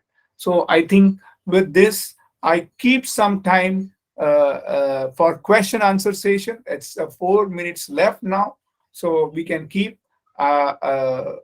some question answer. So I would be happy to interact with some of the questions on that. Thank you very much, Rashmi Madam, Bendale Madam, Bharati Vidyapeeth, Ananya Madam, and everyone for an opportunity to discuss intellectual property right and technology. Of course, even technology का help नहीं था, मतलब hurdles आया था presentation के लिए, फिर भी हम लोगों ने प्रयास किया. So human, if you think human being अगर करना चाहता है तो कुछ भी कर सकता है. हम लोग 1 घंटा विदाउट प्रेजेंटेशन भी बात करें तो वही होता है कि जो रोबो नहीं करेगा वो स्टक हो जाएगा, लेकिन हम लोग कंटिन्यू रहेंगे, ये वाली बातें. With this I thank you all for an opportunity. Thank you so much, sir, for explaining the concepts of IPR in such an efficient way. Thank you for keeping us informed about the current affairs regarding AI. We created machines, but now they are set to replace us in certain fields. There is a lot of conjecture regarding technology, especially with the fast-pacing advancements. But whatever we do, if a speaker-looking robot can talk to you and collect information regarding your personal choices, technology is heading towards a very adventurous, advanced, but dangerous future. So thank you, sir, for pointing all of these things out. We now move on to the next speaker of the day, which is Dr. Professor Devendra Vishwakarma, sir. Sir is a secretary of Social Science and Management Welfare Association, Jabalpur. He is the president of Youth Economic Association. He is also the EC member of Indian Economic Association and in charge of Madhya Pradesh. Sir is going to enlighten us about the topic technology, a recent trend. I now request Devendra sir to come forward with his presentation. Thank you. Thank you, ma'am. Thank you very much. अभी sir ने लगभग सभी चीजों को बहुत micro level पे हम सब के बीच में रखा है, और उन्होंने सबसे अच्छी बात की कि टेक्नोलॉजी एंटर्ड इन प्रोफेशनल. हमारे जो व्यवसाय उसमें टेक्नोलॉजी आ गई है, चाहे रोबोट की बात हो, चाहे उन्होंने जॉब लॉस की बात की और आईपीआर की बात की. मुझे लगता है कि मैक्सिमम जो मैं बोलना चाहता कई पॉइंट्स को उन्होंने छुआ है. और हम सब जानते हैं कि this is the age of science and technology, और when we talk about science there is advantage and there is a disadvantage. दोनों चीज है. इस चीज का कौन लाभ लेता है और कौन उसका लाभ नहीं ले पाता है, ये बहुत इम्पोर्टेंट है. जैसा कि सर ने बताया कि टेक्नोलॉजी के आने से जॉब लॉसेस हुई हैं, और this is the age of business. आज बिजनेस की बात होती है और business means to earn more and more profit, कि कैसे हम किसी बिजनेस में अधिक से अधिक प्रॉफिट ले. लेकिन सेकंड साइड हम ये भी देखें कि किसी भी देश की ग्रोथ के लिए, इकोनॉमी के लिए employment is the major factor. Employment नहीं होगी तो वहाँ का डेवलपमेंट नहीं हो पाएगा. और जैसा कि सर ने भी बताया कि टेक्नोलॉजी के आने से कई चीज तो ठीक है, कई सेक्टर से ठीक है, साइंस सेक्टर का बहुत अच्छा है, लेकिन कॉमर्स सेक्टर में टेक्नोलॉजी के आने से, ऑनलाइन बैंकिंग के आने से बहुत ही इम्पैक्ट, गलत प्रभाव हुआ है. ठीक है, कोविड के समय हमने देखा कि टेक्नोलॉजी ने बहुत इंपॉर्टेंट रोल प्ले किया, ऑनलाइन क्लासेस के माध्यम से, ऑनलाइन बिजनेस के माध्यम से, ऑनलाइन कई चीज हुई है जिससे बहुत अच्छा प्रभाव रहा है। लेकिन आज की स्थिति में हम देखते हैं जब कोई भी कंट्री हो, अमेरिका जैसी कंट्री को भी अपनी इकोनॉमी के बारे में सोचना पड़ रहा है, वो भी अमेरिकन फर्स्ट बोल रहे हैं। चाहे हम चीन की बात करें, हमने अभी डाटा देखा चीन का, उनका बिजनेस नेगेटिव में आ रहा है अन्य देशों के साथ। और ये जो टेक्नोलॉजी की हम बात कर रहे हैं, इसका जो उपयोग किया है वो विकसित देशों ने किया है, डेवलप कंट्री ने मैक्सिमम किया है। और उसका बैड इम्पैक्ट अगर हम देखें, डिसएडवांटेज देखें, तो विकासशील देशों को हुआ है। भारत जैसे देश भी उसमें शामिल है। हमने देखा कि हमारे प्रधानमंत्री एक और बोलते हैं आत्मनिर्भर भारत, सेल्फ रिलायंस की बात करते हैं। और जब हम इसकी बात करते हैं तो हमको छोटे छोटे उद्योग, स्मॉल स्केल इंडस्ट्रीज की ओर हम ध्यान देते हैं। और हम सोचते हैं कि in rural area small scale industries, agriculture based industries की इम्पोर्टेंस बढ़ी है। लेकिन इस टेक्नोलॉजी के कारण कहीं ना कहीं उनको बैड इम्पैक्ट हुआ है और वो कहीं ना कहीं लॉसेस में है। और इसके कारण लॉसेस हुआ है, एम्प्लॉयमेंट घटी है। हम देखते हैं कि तेजी से ये स्मॉल स्केल इंडस्ट्रीज बंद हो रही हैं, छोटे उद्योग बंद हो रहे हैं। और हम कुछ समय बाद भारत में दीपावली का उत्सव मनाने वाले हैं। और दीपावली उत्सव केवल एक उत्सव नहीं, एक त्योहार नहीं, एक फेस्टिवल नहीं है। यह भारत की अर्थव्यवस्था का बहुत ही महत्वपूर्ण समय है, जिसमें एवरी पार्ट ऑफ इंडिया और एवरी फार्मर हो, छोटे स्मॉल स्केल इंडस्ट्रीज वाले हों, सबके लिए बहुत इंपॉर्टेंट डे होता है। लेकिन हम देखते हैं जिस तरह के ऑनलाइन ट्रेडिंग भारत में हुई है, मल्टीनेशनल कंपनी ने डायरेक्ट हमारे यहाँ के देश के जो लोग हैं उनके जेब से पैसा निकालने का काम किया है। सीधा वो उनका ट्रांजैक्शन उन कंपनियों के पास जा रहा है। यहाँ टैक्सेस की भी प्रॉब्लम आ रही है, जीएसटी की भी प्रॉब्लम आ रही है, वो टैक्स भी नहीं देते हैं। तो ये जो ऑनलाइन ट्रेडिंग है भारत में बहुत तेजी से आगे बढ़ रहा है। और इसका इम्पैक्ट ये हुआ है कि जो छोटे व्यापारी थे, जो छोटे छोटे व्यापारी थे, जो शॉप खोल कर है, जो वर्करों को एम्प्लॉयमेंट देते हैं, जो रेंट देते हैं शॉप का, जो गवर्नमेंट को मैक्सिमम टैक्स देते हैं, उनका मार्केट डाउन हुआ है। अभी आप देखिए ऐसी इंडस्ट्रीज है ऑनलाइन में जो कुछ नहीं करते, there is no production but they take maximum profit, online profit. चाहे अमेजोन की बात हो, चाहे फ्लिपकार्ट की बात हो। तो मुझे लगता है कि ठीक है, कई क्षेत्रों में, मैनी फील्ड में हमको टेक्नोलॉजी की आवश्यकता है, लेकिन कई क्षेत्रों में उस टेक्नोलॉजी के कारण लॉस हो रहा है, एम्प्लॉयमेंट लॉस हो रहा है, तो ये ठीक नहीं है। हम एजुकेशन सेक्टर में देखते हैं तो आने वाला समय मुझे लगता है कि ऑनलाइन क्लासेस का अगर हो जाता है और एक कोई दिल्ली से व्यक्ति, दिल्ली यूनिवर्सिटी का प्रोफेसर पूरे देश के इकोनॉमिक्स छात्रों को पढ़ाता है और जितने भी कॉलेज यूनिवर्सिटी वाले हैं उसका उपयोग करते हैं, तो बाकी टीचरों का क्या होगा? तो अनएम्प्लॉयमेंट तेजी से होगी, बेरोजगारी होगी, तो अनेक बेरोजगारी के बैड इम्पैक्ट हमारे सामने आएंगे। तो मुझे लगता है कि जैसा सर ने बताया भी था कि टेक्नोलॉजी को किस क्षेत्र में हमको लाना है। फॉरेन डायरेक्ट इन्वेस्टमेंट हमने देखा कि भारत में आया तो किस क्षेत्र में आया, रिटेल सेक्टर में आने से कितना लॉस होना है, डिफेंस में लाने से कितना लॉस होना है। और जैसा भी सर ने बताया कि जो रोबोट का उपयोग हो रहा है, अब आप देखिए कि मिनिमम लेबर क्लास को रखकर वो मैक्सिमम मशीन का उपयोग करके वो मैक्सिमम प्रॉफिट जो कमा रहे हैं, जो अर्न कर रहे हैं, that is not good for country like India. क्योंकि इंडिया पॉपुलेशन ज्यादा है और पॉपुलेशन को एम्प्लॉयमेंट चाहिए। अगर उनके पास एम्प्लॉयमेंट नहीं होगा तो वो अपना जीवन नहीं चला पाएंगे, वो अपना सोशियो इकोनॉमिक डेवलपमेंट नहीं कर पाएंगे। और अगर वो अपना सोशियो इकोनॉमिक डेवलपमेंट नहीं करेंगे तो there is a more responsible to the government. तो गवर्नमेंट को उसको ध्यान देना पड़ेगा।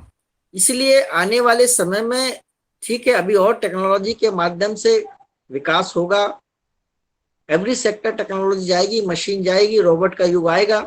लेकिन आफ्टर सम टाइम कहीं ना कहीं इस टेक्नोलॉजी के कारण लॉस होगा, एम्प्लॉयमेंट लॉस होगी और एक बेरोजगारी का वातावरण देश में बनेगा, जिससे बहुत हानि होने वाली है।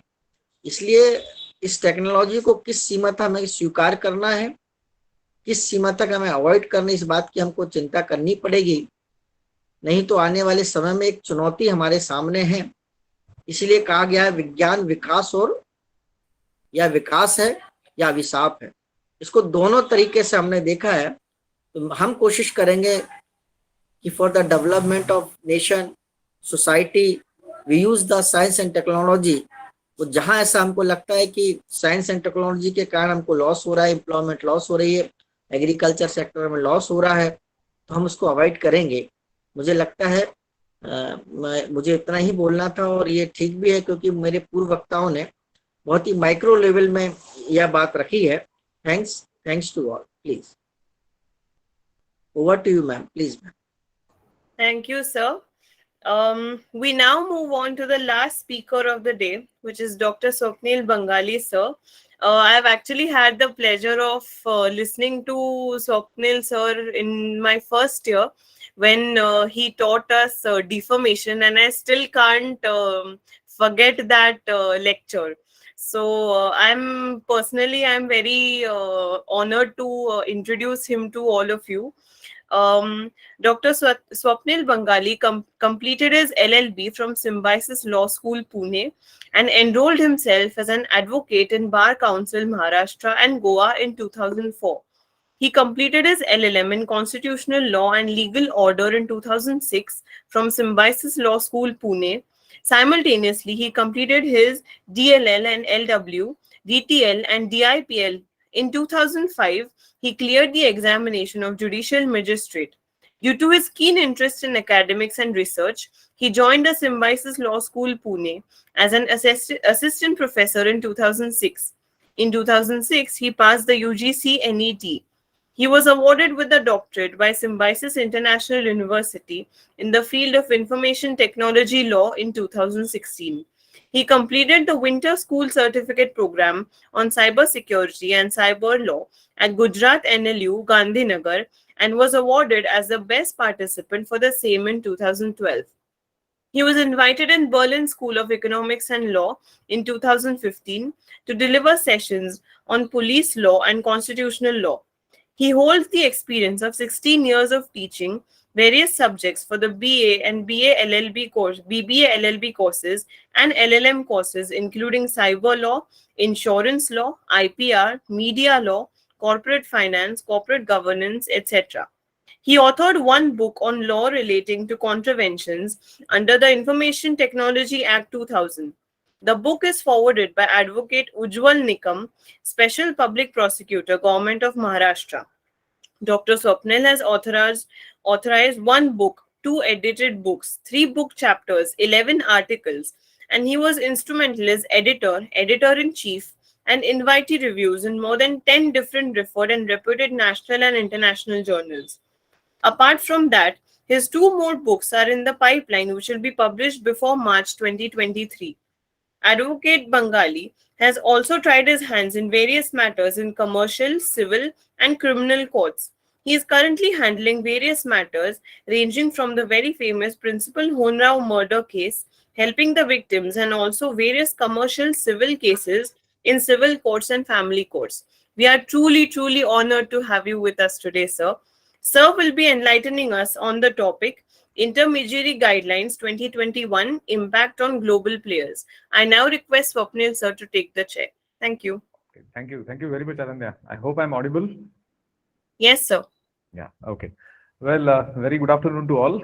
First of all, thank you to the organizers that they've given me this opportunity to discuss something which is really contemporary and obviously of great importance, especially when, in the last year, 2021, we were just, the whole world rather, was just coming out of COVID and just trying to settle down business propositions. One big, legal development in India, and that is associated with rules which were framed for the intermediaries. Now, when these rules came, majority of the business players were slightly reacted differently, and there was a huge hue and cry in India regarding the IT businesses and intermediary businesses, especially some of the areas which were like crypto, cloud, then obviously social media, the most affected one, and obviously the telecom industry altogether. Even for that matter, search engines, right? These particular areas and the companies in those areas were completely in the domain where these rules had created a shivering effect. And definitely there was a huge hue and cry that had come forward from these industries, and they were all set to target these rules that were created by the Indian government. Now, what exactly are the rules and how exactly it had impacted the global players, and how the Indian government stand is, whether it is trying to see from two perspectives that comes to my mind right now. Is it completely thinking about the safeguard and the protection of individual users of information technology? Is it about data protection? Or is it something which is going against that very basic business proposals which came in line when facilitators on social media, in cloud, in search engines, telecom industry came in? So we have directly two separate wings which would come. Some of the business people would say that, see, it is truly the draconian kind of rules which are affecting our business. Rather, more than doing the business, we are running behind the compliances. That would be, one set of people. And secondly, there are people who would say, well, I don't mind this particular intermediary guidelines being enforced in India, because it's every single situation where everything is not nice. Sometimes cyber crimes do occur. Sometimes there are things which are beyond your control. So it is necessary that these kind of rules should come into play. And in these rules, where we say that first originator, the one who had started with the information, one who has percolated the information, his name, his identity must have been taken care of by the concerned service portal. That is mandate under the rules. This is welcoming change. So directly it is going in two different spheres. One, the business proposals, where we have telecom industries, we have social media networking industry giants, and on the other side there are people who would be mostly concerned with their own data. Now, with this kind of a battle happening, where exactly the legal system is and how exactly it is impacting the global scenario, that we are going to see. Primarily the rules themselves. Many of the times it happens, we simply mention them to be intermediary rules 2021. So were they first rules ever which has shattered the whole business and entities? I would say no. It came in 2009, it came in 2011 also. Only thing is that in 2009 and 11 we had a mellowed version, or rather a soft version of the rules that we see in 2021. Due diligence for those who are into intermediary business was there right from the beginning, right from day one. So it is not a surprise for the business. Definitely any country which is having this kind of varied population like India, huge population like India, and especially if I draw your attention to two very magical facts about India, is that in the next year, probably 2023, by month of March, the financial facet when it ends, that time India would be the country which is surpassing, I think, majority of the countries in the world for having most number of smartphones in one country. It's a big accolade for a country like India. And on the other side, when we say we are having smartphones in majority of Indians' hands, that raises another question also, that are we safe and are we smart enough to protect our own data? Now, with that thing in mind, when I look at the rules 2021, there is probably a first kind of attempt of the government that they are introducing these rules with a very different and a very large perspective. Firstly, if you look at the name, the rules, how they are put forth, very easily people talk about intermediary rules, but what exactly it means? It is basically the information technology, intermediary guidelines, and data ethics, or rather digital ethics code 2021. So gone are the days when we used to only think of just a small area of intermediary guidelines, but now government has tuned it to digital ethics code. And when I say digital ethics code, they have a very preset objectives which are varied. They want to protect children from child pornography. There is a challenge regarding this scenario, especially when we talk about sexual exposures, or rather pornographic exposures. Those are not supposed to be discussed altogether. And obviously, there is a very big understanding for these rules, that they are more focused towards the misuse of social media. We all know social media platforms, they are governed, they are controlled, sometimes from India, sometimes from abroad. And usually there is a very nice metrics that they always follow. The server is out of India, so definitely your court's jurisdiction and international rules may not be stringently applicable for the servers which are going beyond it. And obviously there is too much of time consumption, even if you want to, have that kind of thing. So that's something which is very distinct in relation to this. Yeah, there are so many questions which are coming up, I guess, when the presentations is going to start. Let me tell you, within 20 minutes, if I just run down the PPT, there is no point. So just hear me. That would be better. Yeah, I don't want to put some additional time again. So I'll be just speaking, not reading the PPT out. So just coming back to the same fundamental understanding, that when we come down to this scenario, that what was the objective behind these 2021 rules, the government had thought that even when we see social media platforms, if they are coming with this excuse that their servers, their data storage is out of India, and they cannot share everything to the government, it would be nasty for the individual's protection or the individual's rights getting hampered, especially if it is misuse of social media altogether. Secondly, I feel it was a hard time in relation to better rights of individual users of technology.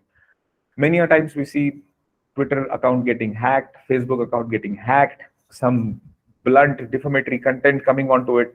Business rivalry is exposed on social media, and it affects globally, it affects internationally. So that's something which is definitely the core of the whole instance, right? That's something that we need to look at, and that's the reason why we came up with this 2021 presentation. This rules, 2021 rules. Now, what is the immediate impact on it?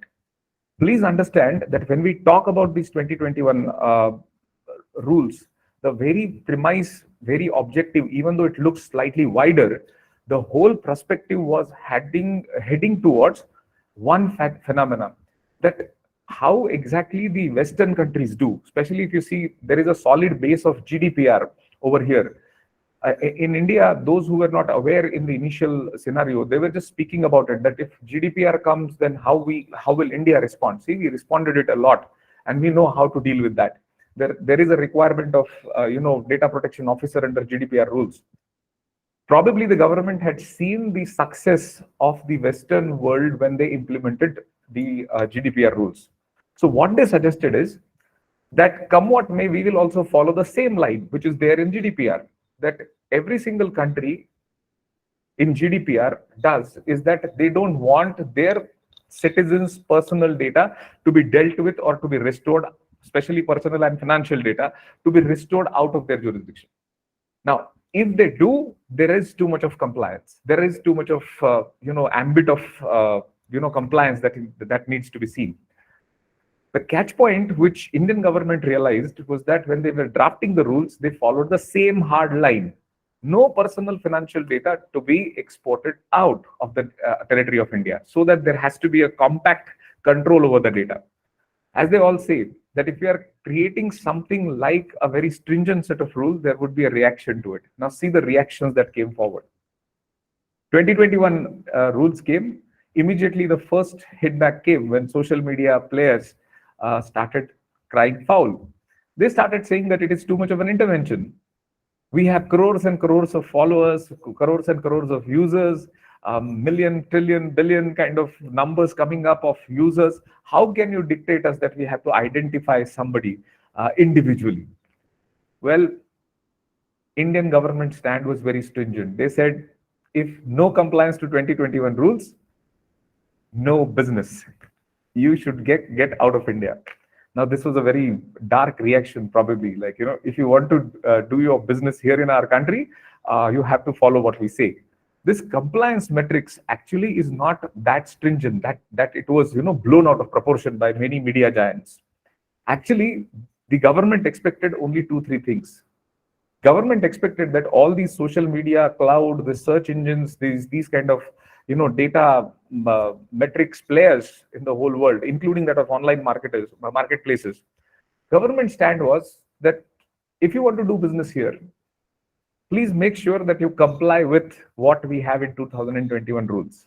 And they stated that each single company handling the data of the individual, handling the personal and financial data of the individual, they have to appoint a compliance officer basically to deal with the compliance metrics under the rules, then a nodal officer, and then also the third entity, which is known as grievance officer. Well, that was not something which is impossible for these kind of players on social media or for probably online market players. For a simple reason, if you claim to be something like Amazon or something like probably Twitter or probably like Facebook, I mean, appointing 3 officers is not something which is putting too much of burden on your pockets, isn't it? It is for the betterment. It is for the betterment of rights of the users, the end user. So this is absolutely negated by Government of India, and they said that these 3 authorities have to be appointed by every single individual social media player. Then there was another demonstration of a very negative sense that came across in the social media, as well as by the these giants in search engines or even cloud and all, that this is adding on to our burden in terms of technology. It is getting expensive, administratively very difficult, cumbersome process that you are expecting. Government said what we are wanting. Nothing. We just want you to identify the first originator. From where did those objectionable contents began? We want their details. That's it.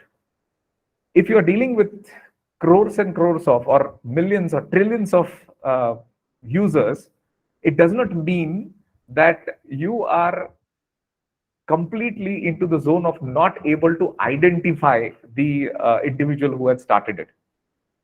If at all there is a grievance as to it, you should have grievance redressal officer. And obviously, if the grievance goes out of proportion and if it is associated directly with your fundamental rights, your freedom of speech and expression, well, Indian courts are sufficient enough. I mean, the High Court, the Supreme Court will definitely respond back. So why to worry? That was the first reaction. Then again, from the government, some of the hardlines came forward. They said, see, we can keep some people happy for some time, but we cannot keep all people happy for all the time. So why not to implement it to every single service provider who is handling the personal data? So they bluntly created that rule that it will now hit also the crypto industry. See, in India, the proportion is very clear. Regarding cryptocurrency players, government had already cautioned the Indians. We are not legally, recognizing the cryptocurrency. The matter of fact is slightly different, that they have subsequently, the Government of India had subsequently said that very soon, by 2023, India will have its digital rupee. So that means India as a government would be coming in the digital markets too, digital currency markets too. Well, if you as a private individual want to enter into cryptocurrency, it's your choice. Government is not saying you buy it. Government is not saying you are at fault while buying it. Government wants to keep itself away from that personal transaction that you are doing. But at the same time, what government did by 2021 rules is that they tried to connect it to the data protection issue. If it is personal information, if it is financial information, which includes obviously crypto, we are not letting it go beyond this intermediary rules. So if it is about information, the intermediary rules still stand. That was the stand of the government. Now this raised another issue. Already there was too much of ruckus when, we all know in India, when Supreme Court came up with the decision in the case Puttaswamy versus Union of India, the famous Aadhaar card case. For my international listeners, I would say, like social security numbers, we have here UID card, unique identity card, which is called as Aadhaar card in India. Now, when this was happening, the biometric information such as retina scan, thumb impressions, these kind of informations were restored. It is basically biometric and the card generating the information or card identifying a particular individual with the facility of having barcode as well as the scanner on the card. So when this came in, K.S. Puttaswamy challenged it, saying that what's the guarantee that my data would be safe, secured? Because I'm giving it to government, I need a promise. Well, nobody could fulfill that promise that, we will keep your data safe. That says the whole story. Supreme Court of India, in Puttaswamy's case, declared that privacy is a fundamental right. Unfortunately, again, media blew it out of proportion, and it stated that, see, now privacy is a fundamental right. So anybody can say what to share and what not to share. But let me tell you very, very, bluntly, that I always feel as a law student that privacy is a ghost. Some of us might believe in ghosts, some of us will not believe into ghost. Same with privacy. If you think that you are living in the privacy domain because you have passwords, we have too much of cyber security protection, data protection regime, so on and so forth. Still, let me tell you, it is like, when you are on a virtual platform, it is like living in Big Boss house. Somebody is watching you all the time, right? So you cannot be so sure that people would be watching you or not. There is a famous understanding in Western world that any system is as strong as its weakest link. So it's just a matter of time. See, I personally believe that there are only two kinds of people who live in this world. First, those who are victims of cyber crimes. And second, those who don't know yet that they are victims of cybercrime. So strictly speaking, privacy is blown out of proportion in that decision. Search, seizure, any kind of reasonable procedure to know or to get the information through decryption, it's still allowed and it's still going on. We know what happened, in multiple matters where Enforcement Directorate has taken out the information of an individual.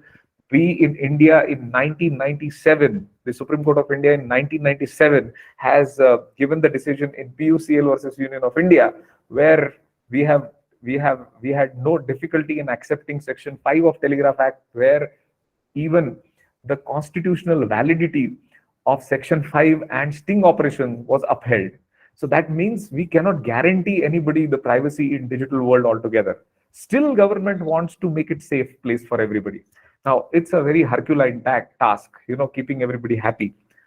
Just imagine when all this legal factor was occurring in, there was a decision, there is still pending factor which we have to see. There are two decisions, I'm going to refer it subsequently.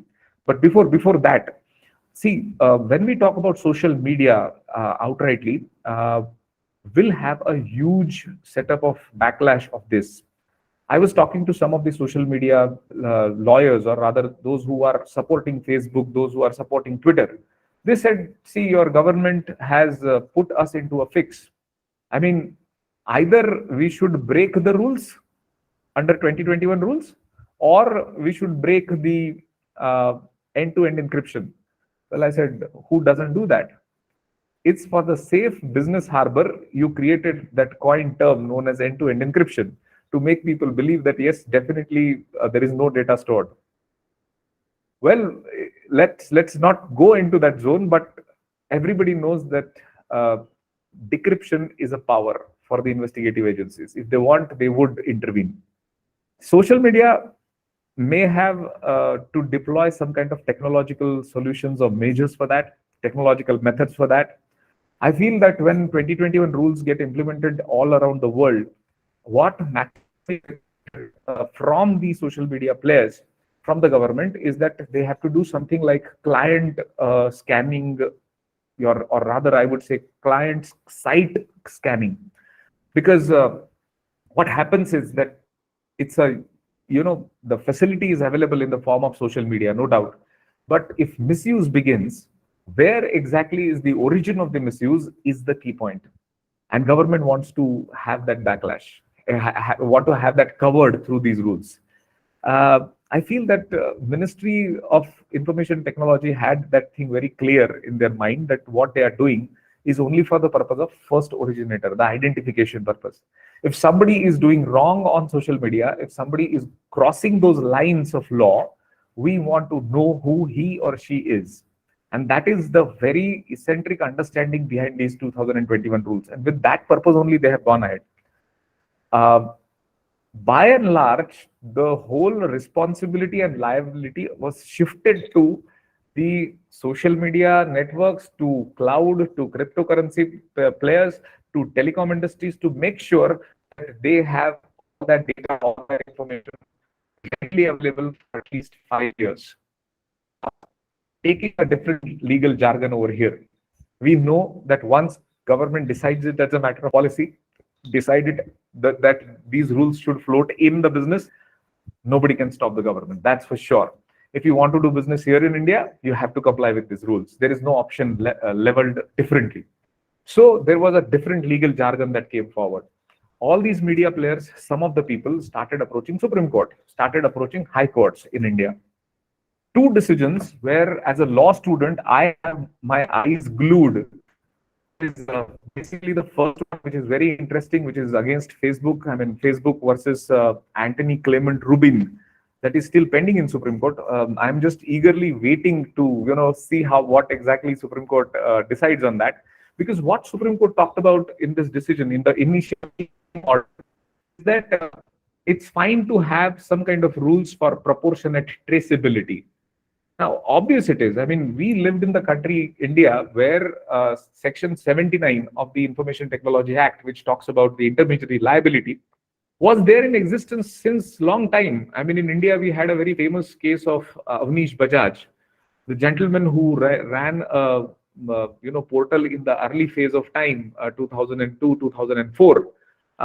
Fortunately, unfortunately, his portal was a big hit. I said unfortunately because, on that same social media or that portal known as Bazi.com, somebody just had a clandestine affair of a boy and a girl in Delhi public school, where it went physical. They recorded the whole physical intimacy between the children and they just put it on Bazi.com. They shared it on Bazi.com. And for this sharing, not the one who shared it, but also the owner of Bazi.com, Mr. Avnish Bajaj, was held responsible, and he was in the jail for almost around 2.5 years. That time, the discussion came forward that the facilitator should not be completely held responsible for the content that has been shared by somebody else. Facilitator's job is just to facilitate the modality, nothing more than that. But see what happened. When we said this, the social media or even these intermediaries, they took it for granted that, see, once they launch the portal, their job is done. For the content, they don't possess any liability. Now, government wants to, hit that understanding that if you are doing business here as a search engine, as a social media portal, you should be sticking to the Indian law, the basics of Indian law. You have the information, you should share it with the investigating agencies. Nothing more than that. I am very hopeful that Facebook versus Anthony Clement Rubin will give some kind of ideology and some kind of legal recognition to that understanding, as well as would create some rules which would be implemented into daily practice. Supreme Court judges are capable enough to address that. Let's wait and think for that what could be the legal jargon that could be coming up very soon in India.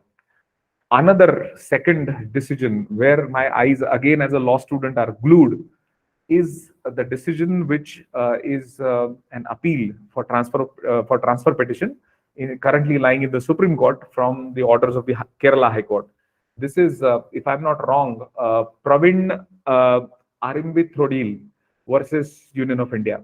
This case also has a very strong point. This situation, like, when the transfer petition coming up into the Supreme Court, it is with the ideology that when we are looking at social media's responsibility or search engine's responsibility towards the data, should be seen from a very larger perspective. Don't just go for one particular case, but see it holistically, the traceability of an individual who is getting into that zone where he is trying to breach the privacy law or trying to play for his own advantage with the technology in multiple state jurisdictions or even beyond the jurisdiction of those states. Now, this is where location, information about the individual would definitely come into play. And let me tell you, social media and all these platforms, they don't have much to say about this. They were saying that 2021 guidelines are draconian. Government wants to know too much from us. Well, honestly speaking, It's a lie. Why?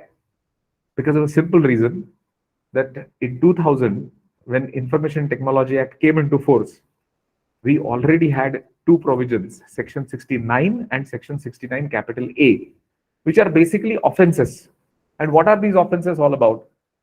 69 says that if any person acts against public emergency, acts against public order, acts against public interest altogether, and then subsequently he's getting investigated, and let's assume that some agency, investigative agency, is demanding decryption of his device. It happens while search and seizure takes place. They say you have to share the password, you have to share the OTP, you have to share too many other things. And if, let's say, the person refuses to assist in case of decryption, then we will make it an offense. If you don't decrypt the information, which is regarding the offense, which is in association with your own device, which you know, and still you refuse to assist the investigating agencies, this will be treated as an offense. And mind it, in India, under Section 69, 7 years of imprisonment is created for that. This shows that the law, when it was created, the legislature had a very clear-cut purpose in their mind. If investigating agencies demand, you have to decrypt the information. Somebody might take it overboard. Somebody might say, oh, that's breaching my privacy. Wait. In 1954, we had another decision of Satish Chandra versus MP Sharma, where Supreme Court had made it very clear. Search and seizure will not be stopped on the grounds of privacy if they are done reasonably and if they are done as per the manual, as per the procedure laid down in India. So there should not be any confusion that whether we will be stopping the whole thing just because it's the privacy of an individual. Individual interest should not affect public interest. That's the whole logic. 69 was there in existence since 2000. 69A, for the same reasons, says that blocking of access of an objectionable website is allowed. If somebody does not help in blocking such kind of objectionable material, websites, portals, such person can be punished again with 7 years of imprisonment. So these provisions were there. Nobody challenged the validity of those provisions because they know they will fall flat. Why there is this eagerness to challenge 2021 rules rather than challenging the most in the form of Section 69 and in the form of Section 9A?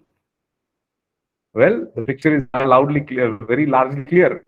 Sometimes human mind or entity's mind or entity's big think tank thinks we don't want more compliance. We are here to do business. Money matters. Time matters. We don't want to spend money on compliance. We don't want to spend time on compliance. This speaks of the whole story. Why I say that 2021 guidelines are very much mandatory is for better protection of individual rights. Government has a direct understanding. They had a clear-cut objectives. They want every single social media portal, every cloud portal, or even for that matter, telecom services, to be self-sufficient in taking care of the users. In India, as a law student, whatever I could read and whatever I could make out as a matter of legal proposition, that in a form of just a quick, crisp understanding I tried to share. I don't know, there can be multiple issues which might go beyond that, but the time does not permit me to, dig at that. So that's it, with a prayer that we will be able to create a very wonderful environment for our next generation, especially the digital world. In the digital world, especially when we are almost at the footing where we will be experiencing metaverse very soon in India as well as around the world. With a prayer that we will create a very nice environment and next generation will praise us for that. I sign off. Thank you so much for this opportunity. Thank you, Bendale ma'am. Thank you, Rashmi ma'am. Thank you, Ananya, and all the people who have carefully and silently listened to me. Thanks a lot. It was a great pleasure. Thank you. Thank you so much, sir.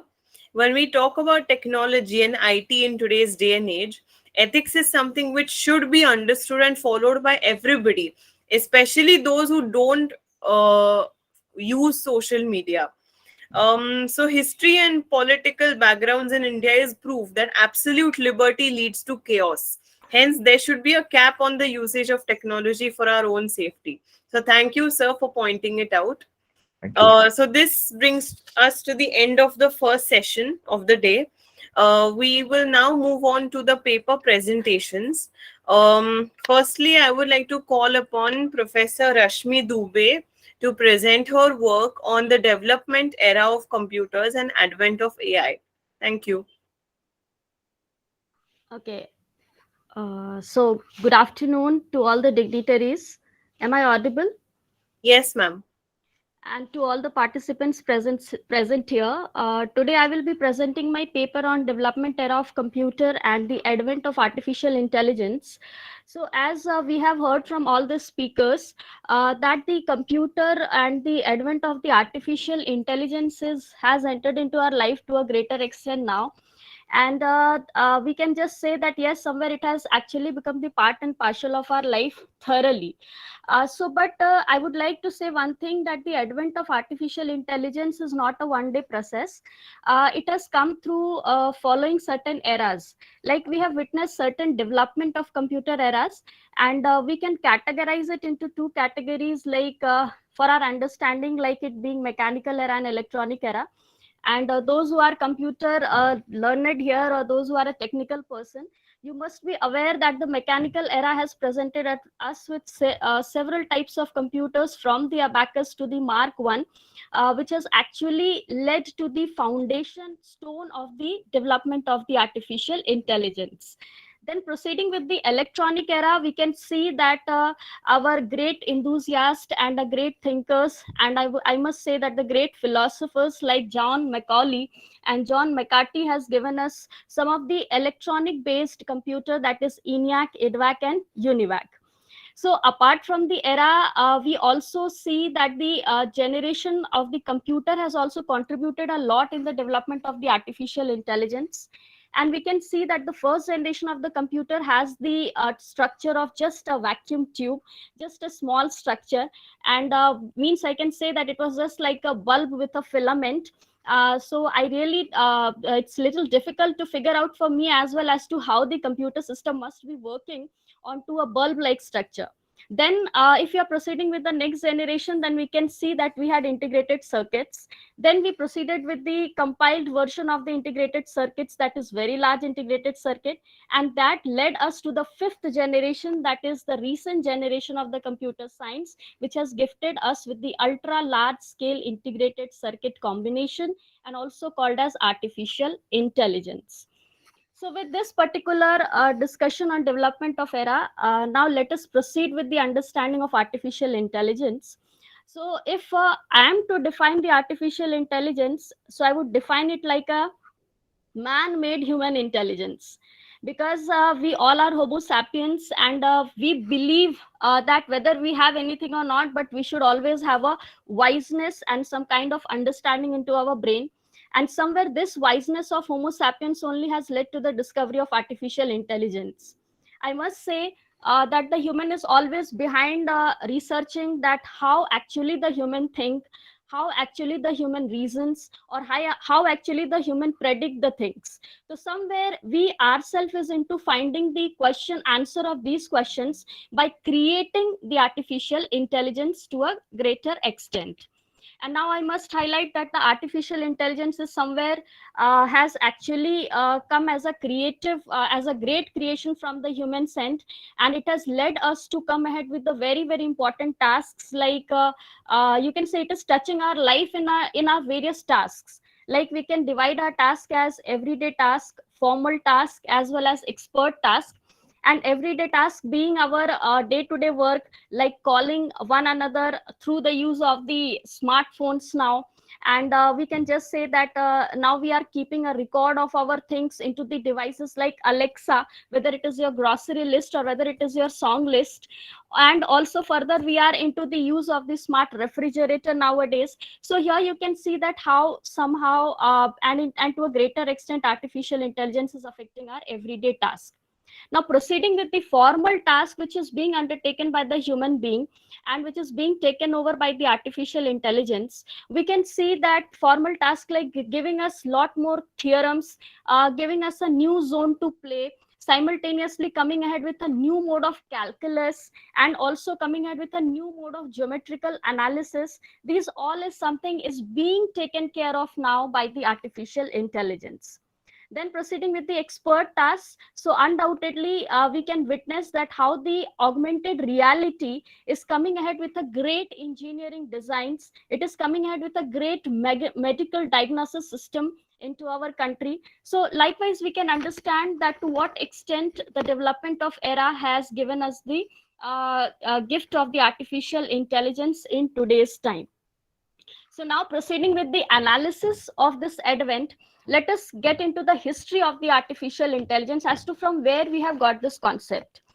So, respected listeners, the history of the artificial intelligence, or I must say that the ingress of the artificial intelligence has seen its ups and downs as per its success and the failure in every year, or you can say in every measured time. But still, I would like to configure it in two ways, which has been which is coming from the side of the Alan Turing, and also once again it is coming from the side of the John McCarthy, who is a great American physicist. So I must not miss out to say that John McCarthy, a great American physicist, in the year 1956 itself had coined the term artificial intelligence, thereby somewhere introducing us to the concept of automata data. He introduced us with the concept of neural nets, etc. And even John McCarthy gave us a very resounding, you can say, artificial intelligence based programs that is called as Lisp. And the Lisp is having the capacity of lasting till further 30 years if it is applied very properly and if it is made to work with the transforming society. Then further, there is the another aspect of the ingress of the artificial intelligence that is understood through the Turing test. And that is something has been introduced in the year 1950 by Alan Turing. And Alan Turing has stated that a machine or a particular creation can be brought under the purview of the artificial intelligence only when it becomes a difficult to figure out that if a question has been put forth by the human, so who has answered the question, whether it has been answered by the human or whether it is answered by a machine. When we will have this difficulty to analyze as to who is the actual person to answer the question which has been put forth by the human, then we can actually say that the machine has passed the Turing test, and now we have got into the complete and full-fledged existence of the artificial intelligence. So with this, I would like to state, and I would like to conclude my presentation by stating that the history of the artificial intelligence has a lot more to say with respect to the development of the augmented reality and machine learning and the concept of big data around us. And definitely, if we will get into the serious constitution of the artificial intelligence history, so definitely we can come ahead with a great and a very feasible transformated society, which will be benefiting us to a greater extent. So with this, I would like to wind up my paper. Thank you for your patient hearing. Over to you, Anaya. Thank you. Thank you, ma'am. Next, we have Dr. Kirtan Kar, if he is present. Namaste, ma'am. I am audible, ma'am? Yes. Before handing the session to Dr. Kirtan Kar, I would like to request all the participants who are going to present today to kindly restrict your speech to 5 minutes, because we already are late and we have a time constraint. So thank you for complying with everything. I would now like to request Dr. Kirtan Kar to present his views. Okay, thank you, ma'am.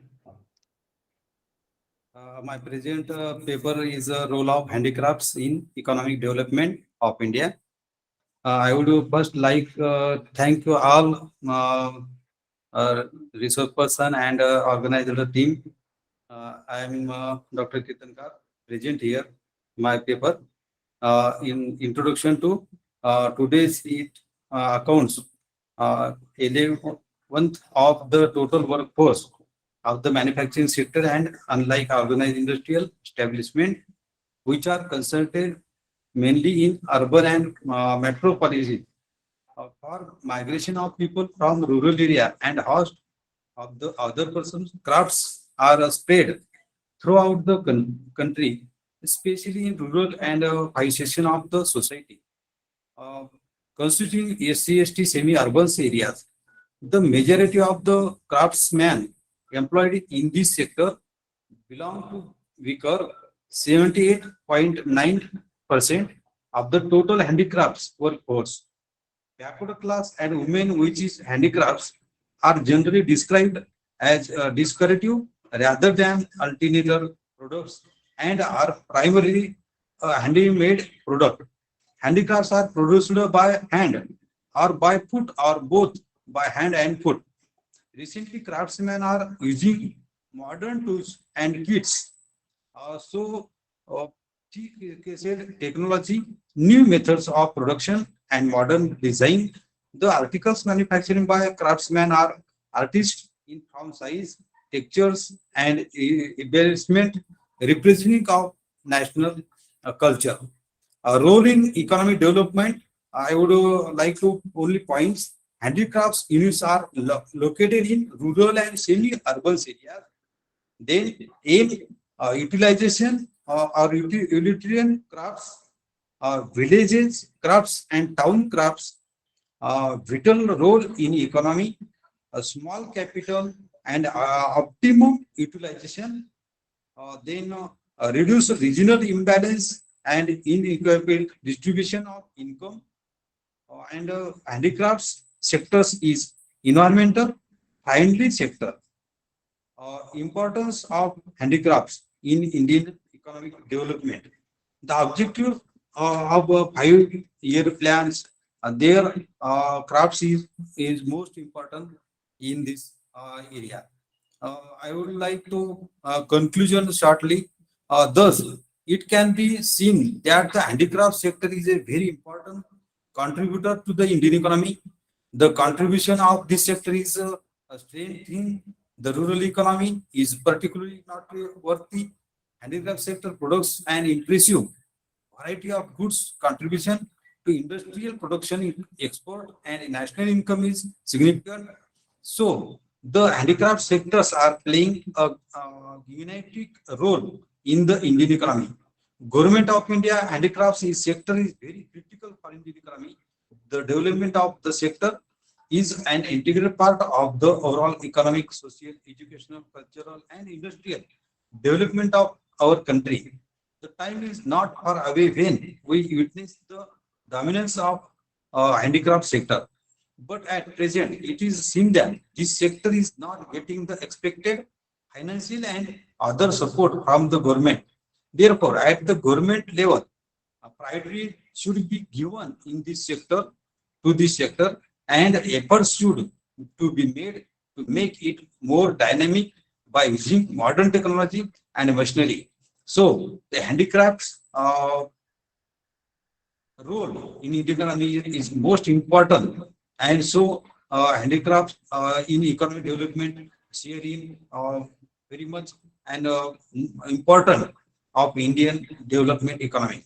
So I will thank. I'm shortly. Thanks to all. Thank you, sir. Next, do we have Dr. Ved Prakash present?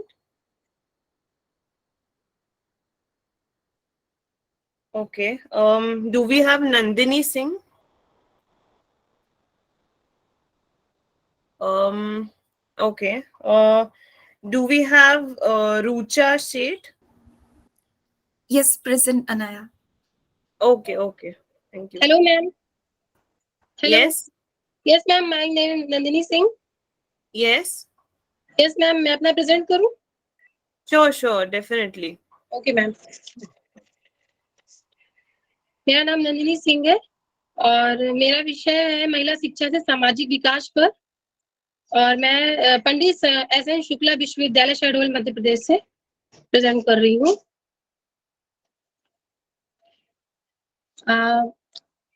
महिला शिक्षा से सामाजिक विकास में जो सारांश present कर रही हूँ, शास्त्रों में कहा गया है कि संसार में विद्या के समान कोई नेत्र नहीं है और माता के समान कोई गुरु नहीं है। अतः भाषा, गुण, रहन सहन आदि माता के अनुसार ही शिशु पर प्रभाव पड़ता है। महिला के शिक्षित होने से वह स्वयं, परिवार, भावी पीढ़ी, समाज आदि सभी पर अच्छा प्रभाव पड़ता है। महिलाओं के शिक्षित होने से वह स्वयं सक्षम हो जाने से घर परिवार के लिए आर्थिक सहयोग, निर्णय में सहयोग, उत्पादन में सहयोग करती हैं।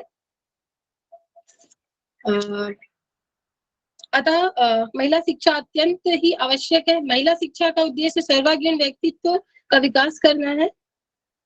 कुछ परिवार की आर्थिक समस्याओं व यौन उत्पीड़न के भय से शिक्षा के क्षेत्र में पीछे रह जाती हैं महिलाएं। इस शोध पत्र में न्यायादर्श विधि से प्राथमिक सम्मकों का प्रयोग किया गया है। परिकल्पना क्रमांक 1, 2 व 3 में सत्य पाई गई है।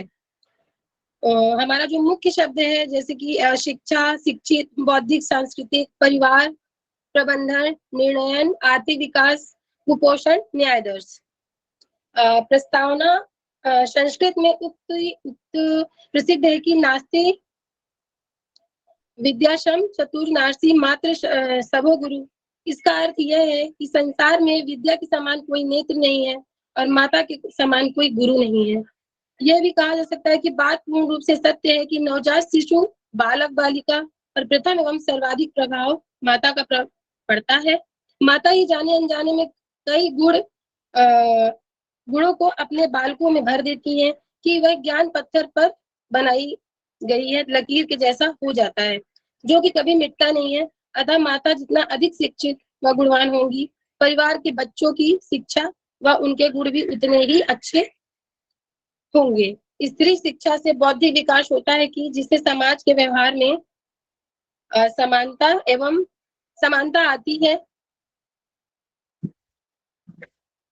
अभी आना को देखो। स्त्री शिक्षा से बौद्धिक विकास होता है जिससे समाज के व्यवहार में समानता एवं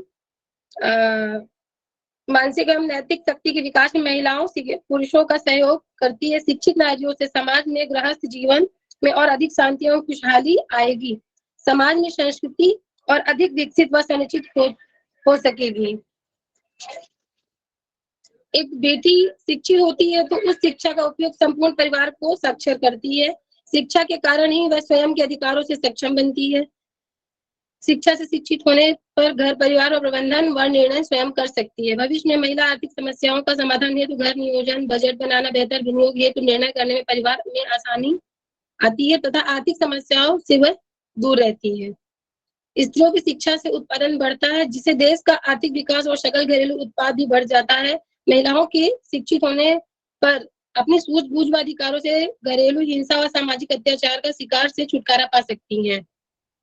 महिलाओं की शिक्षा से स्वयं, परिवार, समाज, देश की भावी पीढ़ी के साथ साथ पूरे विश्व का विकास होता है। जैसे कि कल्पना चावला, रानी लक्ष्मीबाई, रानी दुर्गावती और सावित्रीबाई फूले, अहिल्याबाई होलकर आदि महिलाओं का योगदान शिक्षा से ही संभव हो सका है। महिलाओं की शिक्षा की आवश्यकता यह है कि महिलाओं की शिक्षा की आवश्यकता निम्नलिखित यह है कि भावी पीढ़ी और परिवार को संस्कारवान एवं सुशील बनाने के लिए बच्चे की प्रथम गुरु माँ ही होती है और माँ का शिक्षित होना अति आवश्यक है।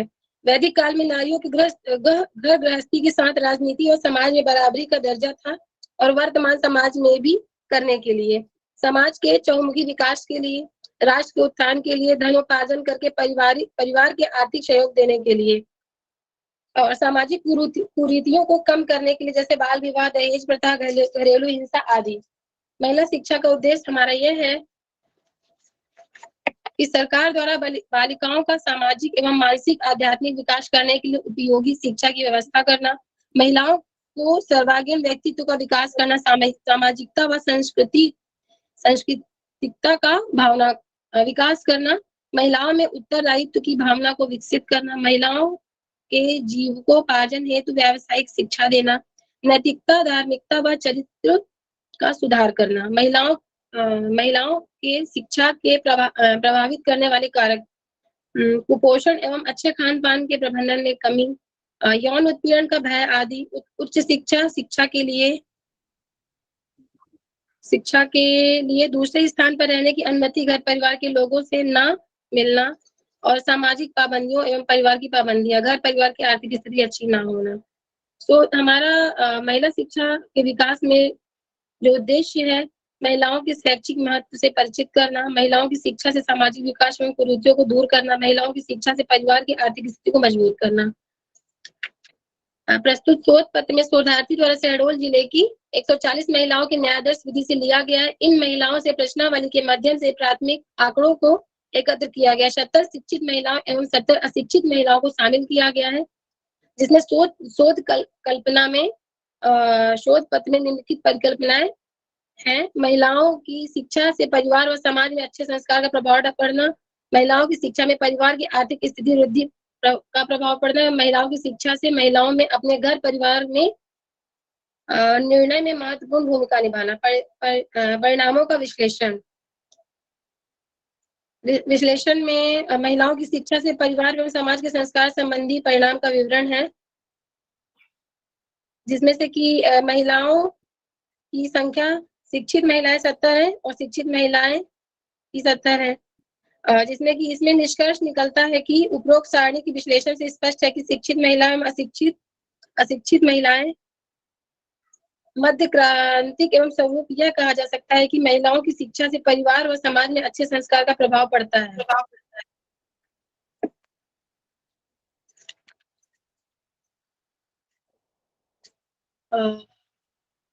परिकल्पनाओं का सत्यापन है कि महिलाओं की शिक्षा में परिवार व समाज में अच्छे संस्कार का प्रभाव पड़ना, यह परिकल्पना सत्य पाई गई है।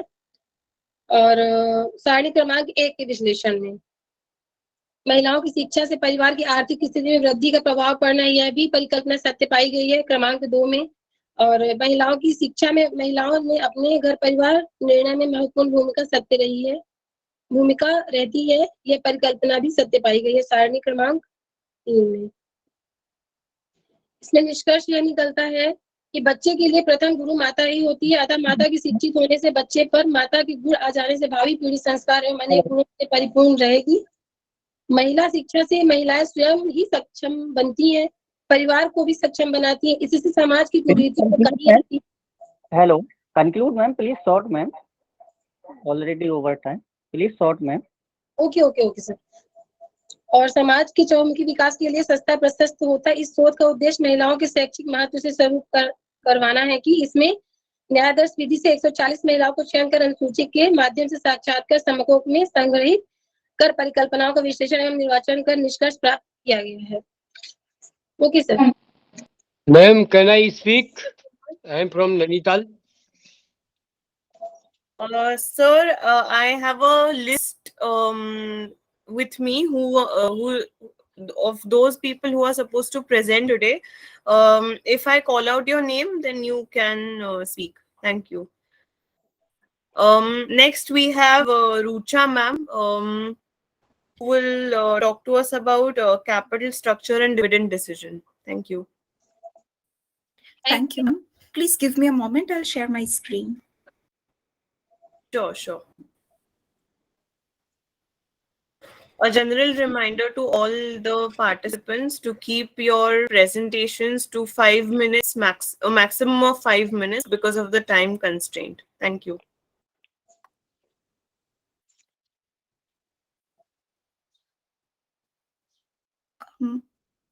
Ma'am, is my screen visible?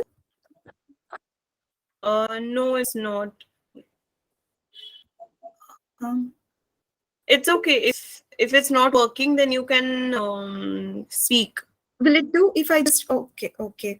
Yeah, I have already shared my PPT on the email, but somehow I'm not able to pull my screen up. Sorry about that. Good afternoon. Thank you. Good afternoon, everybody. I'm Rucha Sheth. I'm a chartered accountant working in finance domain. I'm pursuing PhD in finance under the guidance of Dr. Sanjay Ajmeri, who is also the co-author of this paper titled Study on Impact of Capital Structure and Dividend Decision on Value of Firm of Selected B2C Companies, Business to Consumer Companies in India. To touch the base, we'll quickly go through the terms capital structure. It is the composition of equity and debt of the company. Dividend decision means the ultimate distribution of firm's earnings between retention, that is reinvestment, and cash dividend payments to the shareholders. And when we add the value of equity and value of debt, it becomes the value of firm. My research methodology is as follows. The study is analytical in nature. It is based on secondary data. My period of study is 10 years from the year 12-13 to 21-22. I have collected the data from Provis database and annual reports of the companies and analyzed it by using the statistical tools and techniques such as mean, standard deviation, one-way ANOVA, and regression analysis. I have chosen 5 industries such as pharma, FMCG, paint, transport, etc., and selected 2 companies from each industry, thus totaling 10 companies based on convenient sampling. I took the base and calculated price ratios such as price to book ratio, PE ratio, asset turnover ratio, other measures such as financial leverage, market price per share, and market capitalization. Upon analyzing everything, the implication of my study is significant correlation is found between firm value and asset turnover ratio, market capitalization, market price per share, price to book ratio, and PE ratio, but there is no significant correlation between firm value and debt to equity ratio. So to improve the firm value of a company, it can increase the market value and market price per share. Thank you. Thank you, ma'am. Next we have Alok Shah and Bhaskar Padil. Yes, ma'am. This is Alok Shah. Okay. Yeah. You may begin, sir. Good afternoon, colleagues. I am here to present my paper, Comparative Analysis of Trading Strategies Using Machine Learning Algorithms. Traditionally, investors use trend, breakout, and momentum indicators to take investment decisions. These established strategies may not work in all the situations of the market. Different market environment may involve different set of key indicators. Based on all the different dynamic market environment factors and key indicators, stocks rates are predicted to take the trading related decisions by the investor. In digital, machine learning algorithms are popular for its strength of prediction and pattern identification. So the stock market trading decisions using machine learning technique and machine learning based algorithms strategies are being widely used nowadays. Researchers would like to study the different machine learning techniques and machine learning based stock trading strategies and to trace out the strength and weaknesses of the different strategies by performing the comparative analysis of trading strategies using the machine learning techniques. This will help to design new strategy addressing limitation of existing strategies. Now, what is algo trading? Algorithmic trading is trading which applies an algorithm or set of instructions to generate profit at a speed which is impossible for the human traders. The mathematical model with combination of computer programming and financial market are depicted in is more liquid, precise, accurate, and systematic, and does not include the emotions on the trading activities. Algorithmic trading provides efficient execution of a trade, places the order quickly, and also incur less cost of trading transaction. Mostly, trend following arbitrage opportunities and index fund rebalancing are the strategies performed by the implementing algo trading. It can identify the liquidity opportunities and turn the information into the intelligent trading decisions. The computer program should perform following while doing the algo trading. Read the incoming price from the feed of exchanges, use the available foreign exchange rates, convert the price of one currency to other. There is a large enough price discrepancy leading to a profitable opportunity. Then The program should place a buy order on a lower period exchange and sell order on the higher period exchange. If the orders are executed as desired, the arbitrage profit will follow.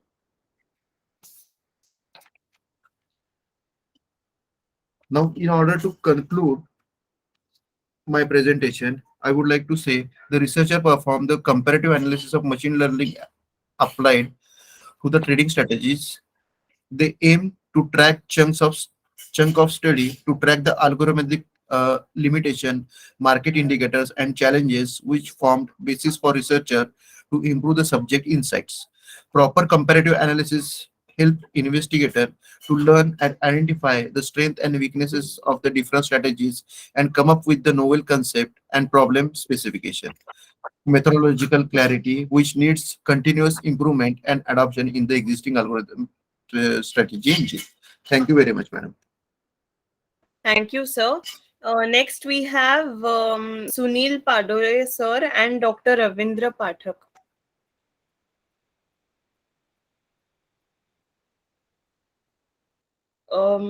Okay. Next, we have Dr.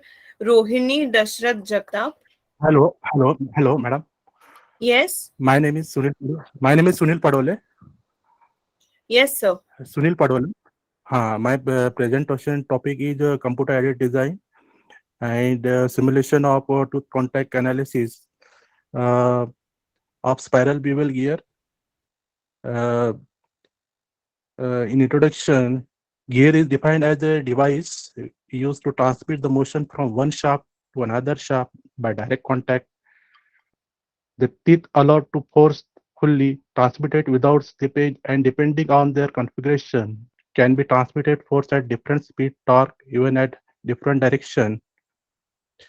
Motivation of this research paper is facing problem of failure before premature life of gear, wanted to increase the efficiency of transmission system, reduce noise and vibration during meshing of spiral bevel gear in working, reduce the lead time in manufacturing. Objective of this research paper is to find the stress generated in spiral bevel gear when it gets loaded, to find the generated deflection under applying load, to interpret ANSYS 14.5 result with the numerical AGMA result to obtain the contact pressure in loading condition. The methodology of this research paper is input gear parameters in number of teeth, gear ratio, modules, pressure angle, spiral angle, shaft angle, face width, cutter radius. Second one is design gear and pinion of spiral bevel gear like addendum, dedendum. After that, 3D modeling of spiral bevel gear, analysis in ANSYS 14.5, and check the one measure stresses. ANSYS is equal to the bending stress. After modeling, we get a solid model of module of 5, number of teeth of gear is 50, and number of teeth of pinion is 13, and pressure angle is 20. After getting solid model, then meshing the 3D model. After meshing, we get number of elements is 9,546 and number of nodes 17,516. Applying the material structure like steel with both property is Poisson ratio is 200 into 10 to the power 3 megapascal, and Poisson ratio is 0.3, density 7860 kg per cubic meter, tensile and strength is 460 megapascal, applied torque is 200 Newton meter to pinion. After analysis, we get equivalent one versus stresses is 166.86 megapascal, and total deformation is getting 0.025 mm, and maximum strain is 0.0099, and maximum value of contact stress is 568.71 megapascal. That value is compared with the bending stress. After applying this AGMA formula, we get structure analysis. After structure analysis, we get a value due to numerical 167.26 megapascal.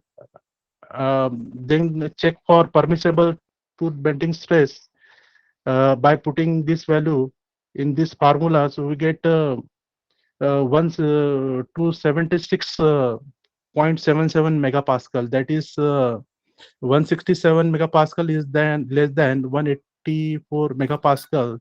So my conclusion of this paper is 1 mesh stress in NCs is equal to bending stress of EGMA is 167 megapascal, and the total deformation is 0.025 mm, and maximum contact pressure is 568.71 megapascal.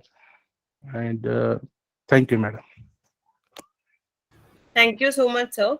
Do we have Dr. Rohini Jagtap with us? Ma'am, you're not audible.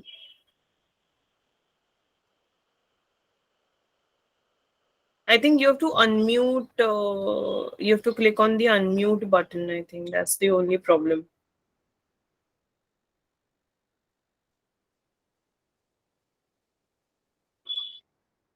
Ma'am, no, still you're not audible.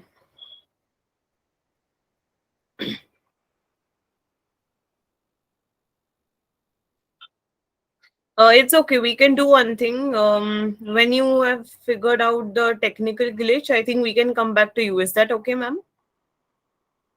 Okay. We'll move on with Alisha Juneja. Yes, ma'am, I'm right here. Just a second. Give me a second. I'll just share my screen with you. Okay, no problem.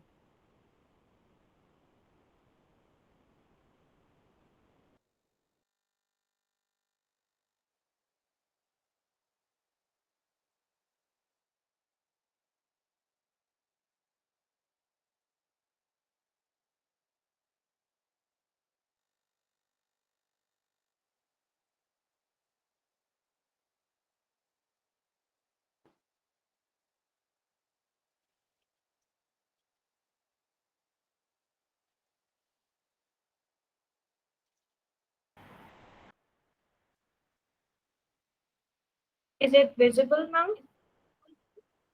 Yes, ma'am. Okay. So, give me. I'll just start with my presentation. Good afternoon, everyone. My name is Alisha Juneja, and I'm a scholar from Jain Narayan Vyas University, Jodhpur, in India. I know there are many foreign delegates here. My topic is highly sensitive person. This is a theoretical paper, and I will share why this paper is important to me and important for all of us as researchers to talk about it. I'll quickly move on to the first slide. So basically, in psychology, the researchers and anyone with any kind of interest in psychology knows that personality is always discussed in terms of introversion, extroversion, meaning a person is very sociable, very outgoing, they are termed extroverted. And if a person is shy and not so outgoing, they are termed as introverted. There are many other theories as well, but this is something that even every layman, every laywoman understands. So what happened is, the many people, researchers, the woman I'm talking about, as you can see in this slide, her name is Elaine. And like many of us, she felt that she did not fit in this particular shoe. She did not belong in the introverted or extroverted category. She felt she was something different. And she went through a very minor surgery, very minor operation, and she was unable to get out of bed for weeks. And for that, her doctor told her that you are overreacting to this and maybe you should see a therapist. And this therapist that she went to told her that, but of course, the feelings you have are very genuine because you're a highly sensitive person. And she was very interested and intrigued by this word, and she went out and looked for it, and she didn't find anything that satisfied her. So what she did was she put up a flyer in her university asking people to come forward who thought they themselves were highly sensitive. A lot of people showed up, more than she expected. These people were happy if they were in an environment where sensitivity was coveted, and they were quite sad if people told them to toughen up, to not be sensitive. And this particular interview started a 7-part study which developed a highly sensitive person concept and a a scale, as I've written, HSPS means highly sensitive person scale. It is a 27-item inventory identifying people who are highly sensitive. Now, who are highly sensitive people? This is the definition that Aaron has given herself, Elaine Aaron, Dr. Aaron. It is a difference not in sense organs per se, but to sensitivity that occurs as sensory information is transmitted or processed in the brain. If anyone is a psychologist, they would know, but for other people, the uninitiated, there is a theory, broadband filter model, which basically says that, let's say, when you are at the airport, there are people who are talking, there are carts, there are escalators, there are travelators, there are hawkers, maybe there are announcements going on, but suddenly you hear the gate number of your flight or your name, and your attention is immediately taken to that particular stimulus. So broadband filter model says that we have a sort of filter in our brain which actually filters all the things that are, all the stimulations that are there in the environment and pays attention to a select few. So when you have to understand what a highly sensitive person is, you can think that for a low sensitive person or LSP, the filter would actually bring about only 2-3 stimulations that the brain can pay attention to. For a HSP, that is a highly sensitive person, that filter brings about 12 to 14 things. So you can imagine the kind of difference these people are living in. You can think of it as your Marvel superhero Spider-Man, who can see things better, who has a sense of intuition, who can feel much more than regular people. So in that way, you can just see the difference of how the sense organs are working differently. I'll just quickly read some of the positive characteristics of highly sensitive people. They are able to be highly empathetic, highly vigilant. They have high accuracy, speed, and they are ethical and just. They are able to learn without knowing that learning has occurred. They avoid making errors, and they can understand other people's, like I said, empathy, other people's moods and emotions very well. They're very creative. The next is negative points. They're highly sensitive to additives, medicines, pain, coarse fabrics, overwhelming smells. Everything that is normal for other people is quite intense for them. They are more sensitive to criticism. They tend to cross limits when they are doing what they think is right. They are nitpicking in relationships, and because they constantly think about their own thoughts, they have this existential question of where am I going, who am I, what am I doing, and that makes them appear very less happy than their counterparts. Why is this trait important? First, because it has been studied under many different names for the longest period of time. The names, as I've written, are inhibitedness and low sensitive threshold, affective negativity. It means that this trait has been around for a long time. So by the law of nature, if anything is a weakness, as sensitivity is considered a weakness in a lot of cultures. And if sensitivity were a weakness, it wouldn't have been present for the longest time, and we wouldn't have been able to study it in under different names. It means that it is by design. Nature does not create anything that is not fulfilling a purpose. And let's say, for argument's sake, it is a weakness, and it would obviously, through law of natural selection, it will eliminate itself after some time. But there was a study by Wolf et al. In 2008. These people created a simulation to find out where this sensitivity was going evolution wise. So they varied each variable one by one, and they found two things. First, that the sensitivity is not going anywhere. Therefore, it is not a weakness. It is by design. Nature has created sensitive people. Second, sensitivity has to remain in minority groups only. Dr. Aaron's research says that 15 to 30% people in the population are highly sensitive. So minority has to always remain sensitive. Now you can understand this by the same example Dr. Aaron has given of kings and monsters. So the thing is, the king is the doer. He's the person who takes action, who takes charge. The ministers are the people who advise them, who strategize. The kings are low sensitive people, and ministers are highly sensitive people. Kings need ministers' advice to function. Ministers need kings to put their plans into action. So both of them are same side of one single coin. Day and night, they are both equally important in survival of human beings or other organisms as well. Why is this topic relevant? Because these people, and there were many positives of highly sensitive people, because they're very good at strategizing, like advisors and ministers, I've told you. They can be utilized, their potential can be utilized. They are really good worker, really good employees, but because their sensitivity is not accommodated, they're not able to fulfill their potential. And because sensitive people have always been told, through my research, I've read this and I have spoken to a lot of sensitive people, I have joined a group. And the thing is, they've always been told to not be so sensitive, to toughen up, to be strong. And that is detrimental to their well-being, because telling someone that you are not good enough and you need to change yourself, something about you is not right and you are not working as everyone is working. So that is a very detrimental to someone's well-being. Now, this sensitivity problem is really, really awful when it comes to men, because men need to be men and men need to be strong and an epitome of toughness and strength. So highly sensitive men lack that support that they need to fulfill their potential. And also because this topic, when I was studying it in my country, as per my knowledge, in India, there was no research on highly sensitive person, and this topic has been around for 20 good years.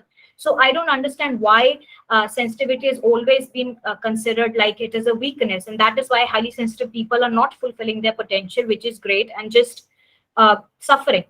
And now, Dr. Aaron's main research has always explained that sensitivity is not something that is for worse or negative, it is for better as well. So if you think about sensitivity, because people have been suffering or they've been asked to be not sensitive or to toughen up, these people have suffered, but these people can do wonders when they're put in a very positive and very supportive environment. So these group of people are not just acting negatively or not acting at all.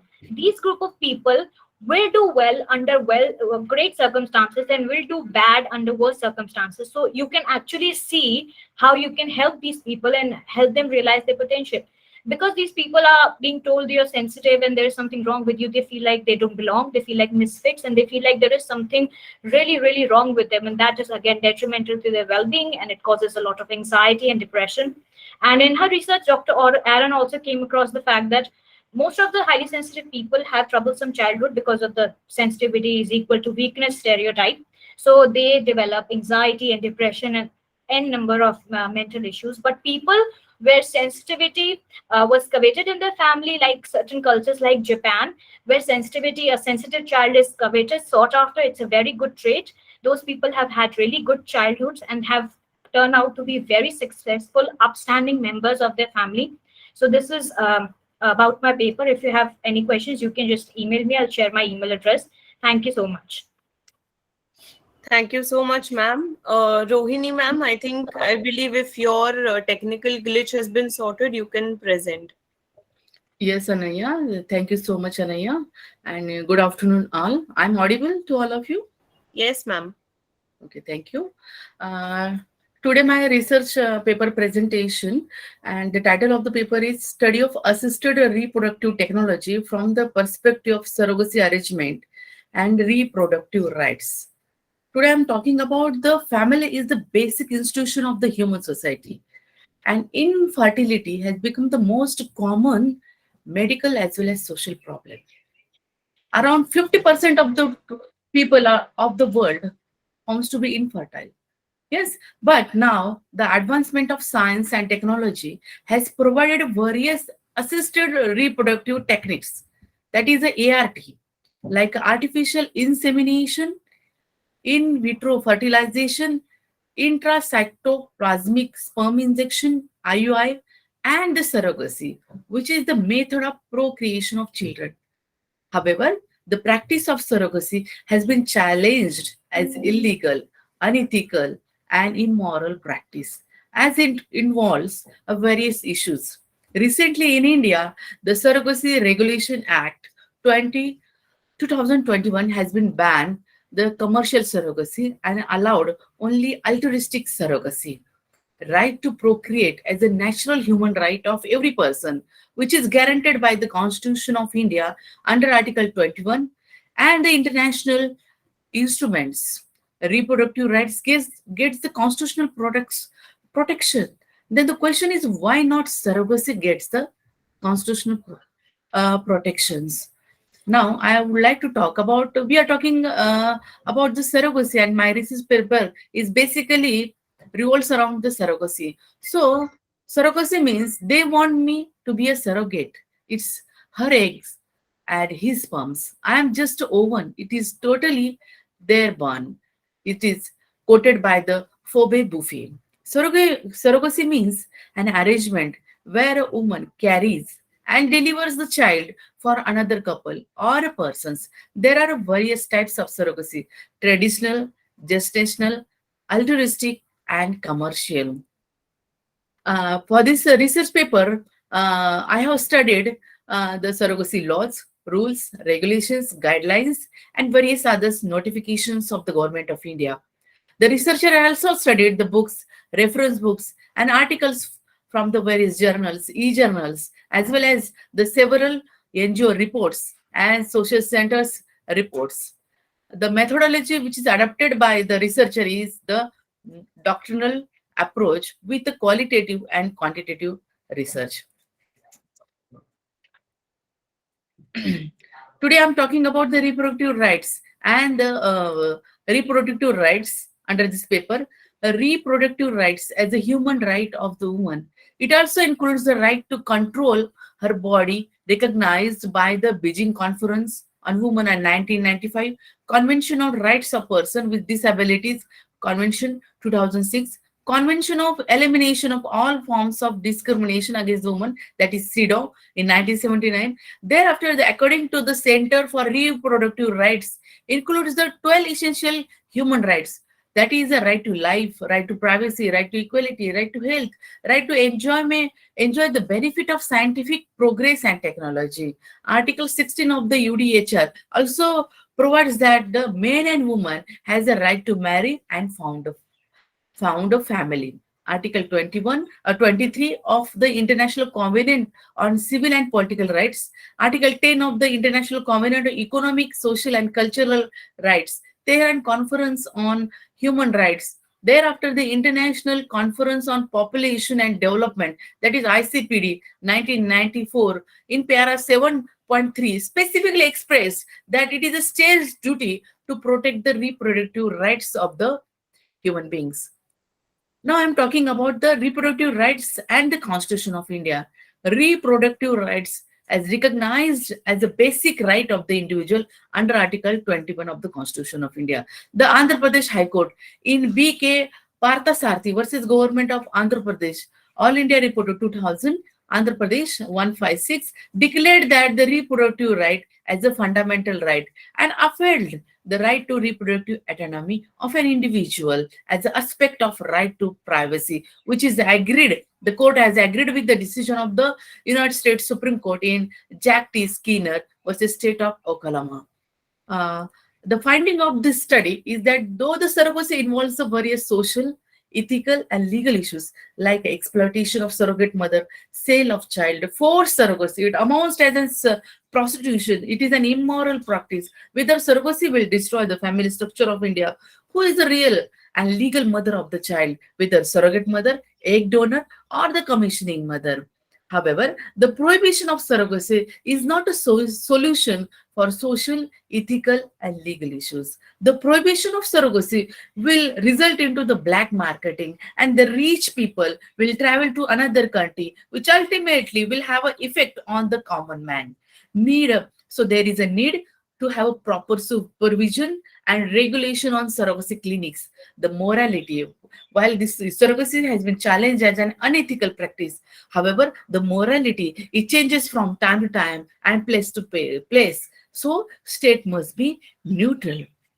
Now talking about the reproductive rights of every woman must be protected as a natural human right and guaranteed by the Constitution of India. So surrogacy, which is guaranteed by the court as well as the Constitution of India under Article 21. Every woman includes single woman, divorcee woman, widow, surrogate mother, infertile commission woman, and lesbian also. Today, the scientific technology has made it possible for everyone to become a parent of the child through this use of assisted reproductive technology. Surrogacy as a method of assisted reproductive technology is a new scientific and technological investigation which fulfills the dreams of all the individuals to become a parents of their own genetic child. Therefore, surrogacy as a method is the right to enjoy the benefit of the scientific progress. All the individuals, including heterosexual married couples, single men, women, and same-sex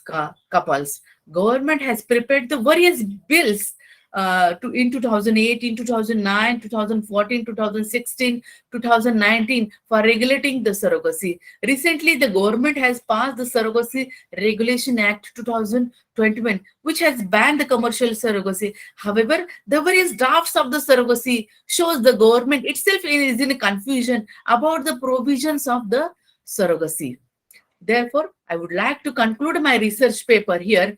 Right to produce is a natural human right, defined the several international human instrument and as well as guaranteed by the Constitution of India under Article 21. Right to produce, including the that is reproductive rights, also includes the surrogacy as a right to produce with the help of science and technology. So I agreed that the surrogacy involves various social, ethical, and moral legal issues. But complete ban on surrogacy is not a solution. Surrogacy is a last ray of hope to become the parent of their own genetic child, to become a biological, to overcome from the biological and social infertility. Regulatory surrogacy law is required to control and supervision on surrogacy clinic. Stringent punishment should be provided for protecting the surrogate from the exploitation. Right of surrogate should be protected by providing insurance, medical expenses, counseling, livelihood of the surrogate mother need to consider. Restriction of a family member to act as a surrogate mother must be removed. So here I would like to say the harmonious balance in society, that is maximum happiness of the maximum number of people, is to be maintained with safeguarding the reproductive rights of the every woman. Therefore, I would like to say the compensatory surrogacy can be legalized for protecting the family life of the couple from its breakdown. Thank you very much. Thank you, Ananya. Thank you, ma'am. Next, do we have Dr. Prem Lekhi?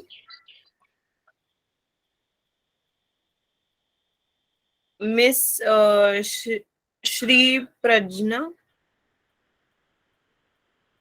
Preeti Kumari, Mohammad Irfan Khan. Hello. Yes, ma'am. Am I audible? Yes, sir. 1 minute, ma'am. Let me present my screen. A gentle reminder to all the participants to keep their presentations to a maximum of 5 minutes. Ma'am, my screen is visible? No, sir.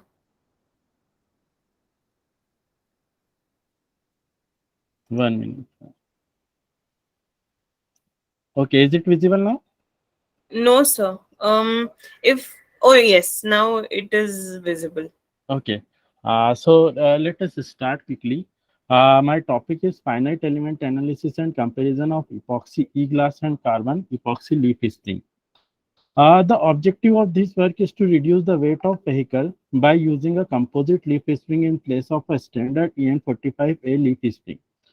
As we see today, every automobile company aspires to produce a low weight vehicle, high quality vehicles, and greater mileage, vehicles having greater mileage in this competitive work. Therefore, we are making an effort here to reduce the weight of the vehicle by replacing conventional steel spring to the composite material. Now, these are the literature review. I am omitting this because of time consumption. This is the problem identifications. After reviewing literatures, the problems that we observed are higher stresses that are generated in the steel spring. Second, the strength of the springs. The spring is deteriorated the end eye end segment, and which is close to the shackle at the middle, and the last one is more weight of the springs. So we have done a finite element analysis and we have selected the material. The conventional material is steel structure which have these type of properties, and second one is carbon reinforced composite materials which have these properties. These particular properties are fed into the finite element analysis ANSYS software, and these are the design conditions. what should be the weight of vehicle, what should be the load acting on each spring. And based on our design, we have come to a conclusion that these parameters are ideal dimension. Parameters are ideally used for a particular vehicle. Length of the main leaf is 1072 mm. Width of the leaf is 60 mm. Camber height comes out to be 94.5 mm. Central rubber pad is this much mm, and thickness of the leaves is 8 mm. Now, we have done the analysis on ANSYS software, and the same parameters that I have shown in the table are used here. And at two load conditions, the springs are tested. The first load condition is no load condition, in which only the weight of the vehicle and the driver is considered. And second one is at the full load condition, when the maximum load limit of the vehicle is considered. So when we have done our analysis, we have found that the stress obtained is minimum at the I, approximate 0.099146 MPa, and maximum of 830.59 megapascal for steel leaf spring. Similarly, deformation comes out to be maximum 86.853 at the I end. This is at no load condition. Similarly, for full load conditions, we have obtained stresses as this much: 0.27249 megapascal and 2285.3 megapascal. And deformation is 0 mm, and maximum is 239.05 mm for a particular load. Then these are the stresses and deformation of epoxy composite leaf spring. At no load condition, we have obtained a stress of 0.11257 megapascal, and maximum is at the center 815.68 megapascal. Similarly, deformation comes out to be 0 mm and maximum of 459.54 mm at the I. For full load conditions, we have obtained different stresses: 0.32349 megapascal and maximum of 2244.3 megapascal at the center. Deformation is minimum at 0 mm at the center, and maximum at 1264.4 mm at the I. Similarly, the last is comparison with epoxy carbon leaf spring. Here the stresses are shown: 0.11198 megapascal and maximum of 815.75 megapascal at the center, and deformation comes out to be this much. Based on these results, like these are the results of full load condition, we have plotted our graphs. So we come to the result and conclusion that the von Mises stresses that we have obtained through finite element analysis are less than the yield value of the steel EN45 leaf springs and composites. Hence, the design of parabolic leaf spring is found to be safe. The figure that I'm going on to shown in the next slide will show the comparison of load and stresses of both the steel and composite leaf spring. And the observation of graphs indicates that the different level of stresses of three different amounts.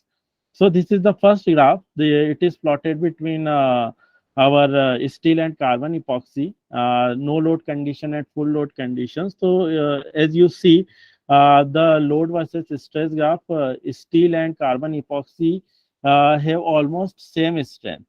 Similarly, for steel and epoxy e-glass, they also bear almost same strength. So we can conclude that we can use composite material in place of leaf spring or in place of conventional steel leaf springs. I will come to a conclusion that by replacing steel leaf spring with e-glass and epoxy carbon epoxy leaf springs, we can reduce the weight up to 58.13% and 62.63%. The original weight of the steel leaf spring is 13.29 kg. And if we will use e-glass and carbon epoxy springs in place of steel spring, then the weight comes out to be 5.57 kg and 4.97 kg. So in this way, we are able to reduce the weight of our springs, leaf spring, by replacing it with composite materials. Thank you. These are the references. Okay. Any questions?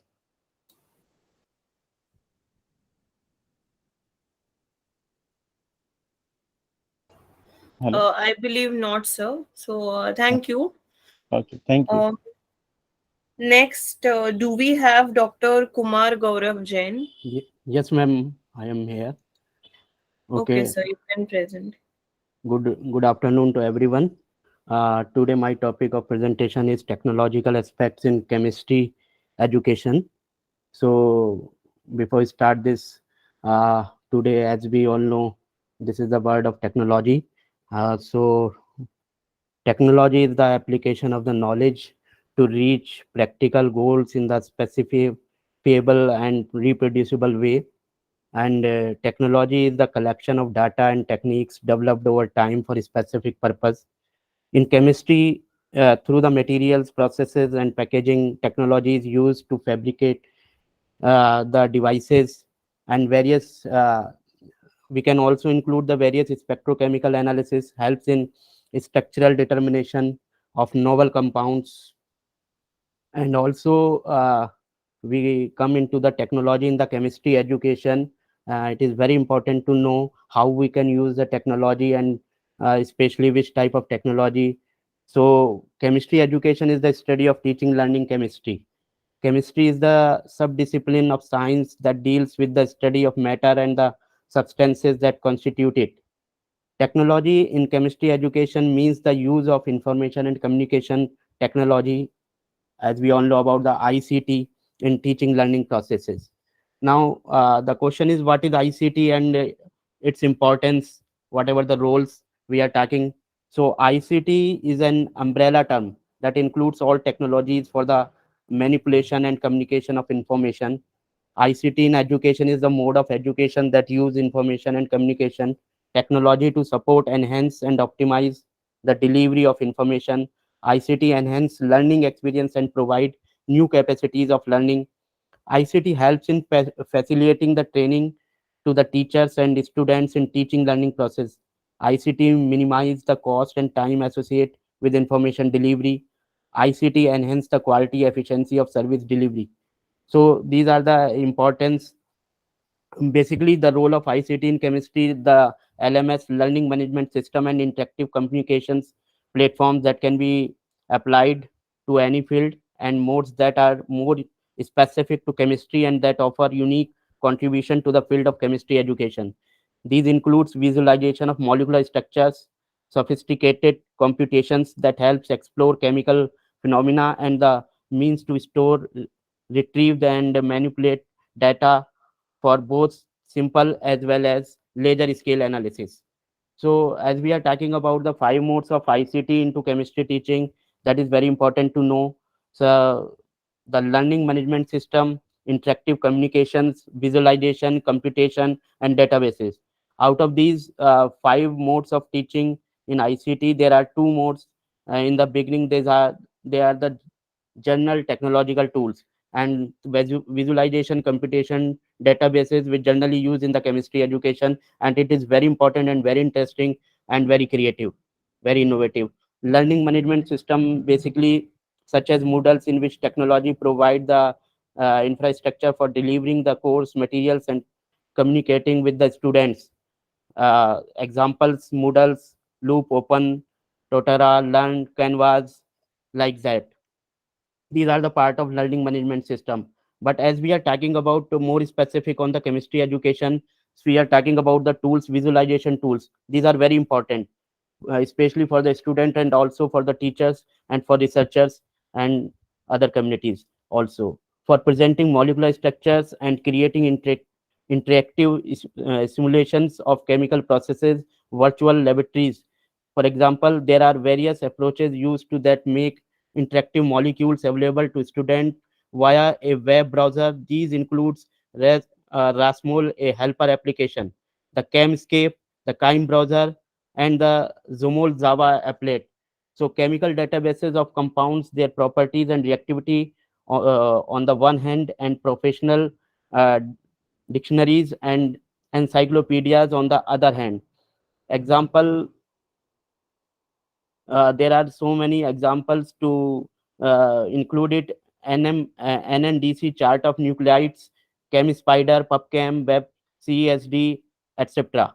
online computational tools for molecular modeling and for calculating chemical descriptors. Examples: ChemExon, Forgave 10, chemical computing group, and especially for ChemDraw, Excuse ChemSketch. me, sir. Sorry to interrupt you, but you may conclude if you can. Okay, ma'am. Just give me 1 or 2 minutes. I will conclude it. So these are the very soft chemical software by which we, with the help of these software, we can draw the structure, writing the reactions, and we can also rewriting, reprocess, rechange the phenomena, and so many things we can create it. And so many topics of the chemistry by these softwares we can these are very helpful, like aromaticity, tautomeric forms, IUPAC nomenclature, calculation of molar reflectivity, 3D structures, optimization, advanced form of periodic table, conversion of 2D into 3D structures, and so more.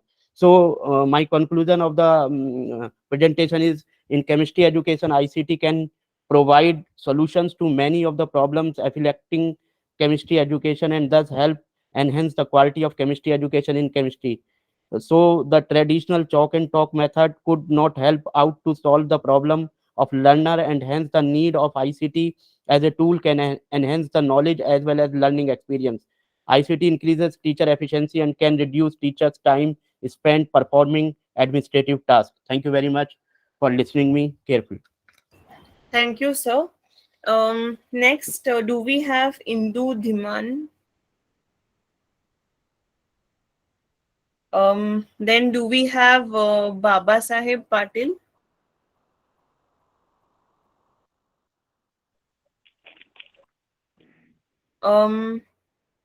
Then do we have Advocate Rajesh Karanjkar?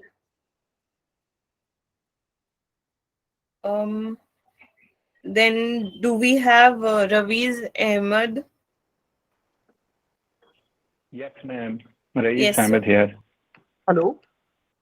Hello? Ma'am, Hello. am I audible, ma'am? Yes, sir.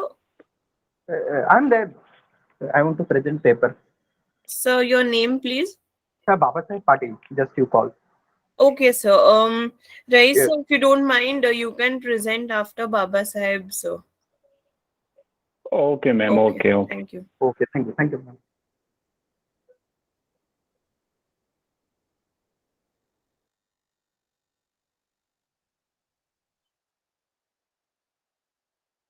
I'm going to share screen. Just give me a minute.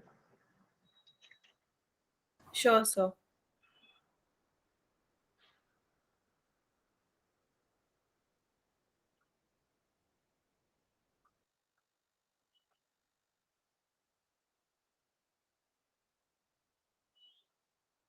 If my screen is visible. Yes, sir. Yes. Okay.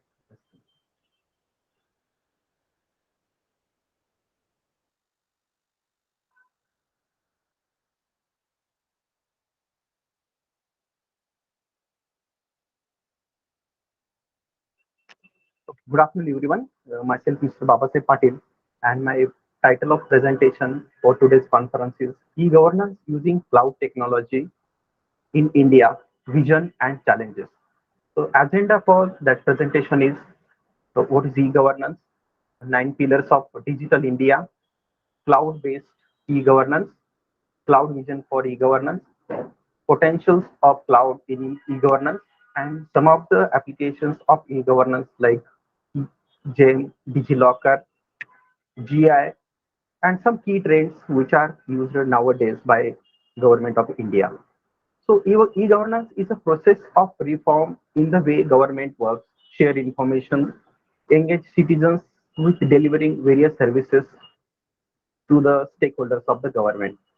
And nowadays, government uses various applications, and that applications at some extent it needs to be automated.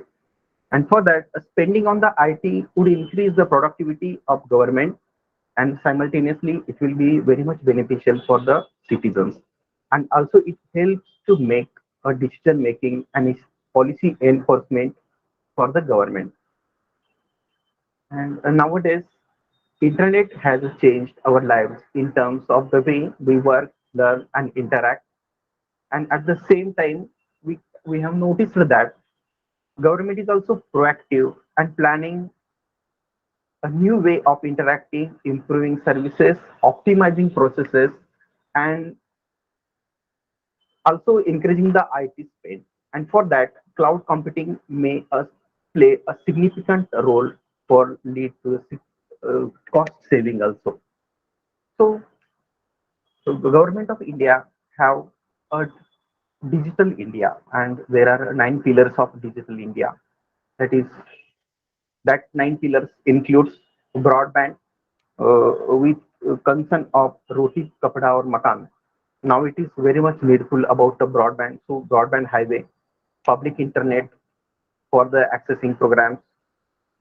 One more pillar is information for everyone, and it can be achieved through early harvest of the various programs. Universal access to the phones, IT for job, that is job done with electronic delivery of services. One of the application is e-Kranti, e-governance with using IT, that is reform government through technology, and electronic manufacturing, that is target net zero import through Make in India.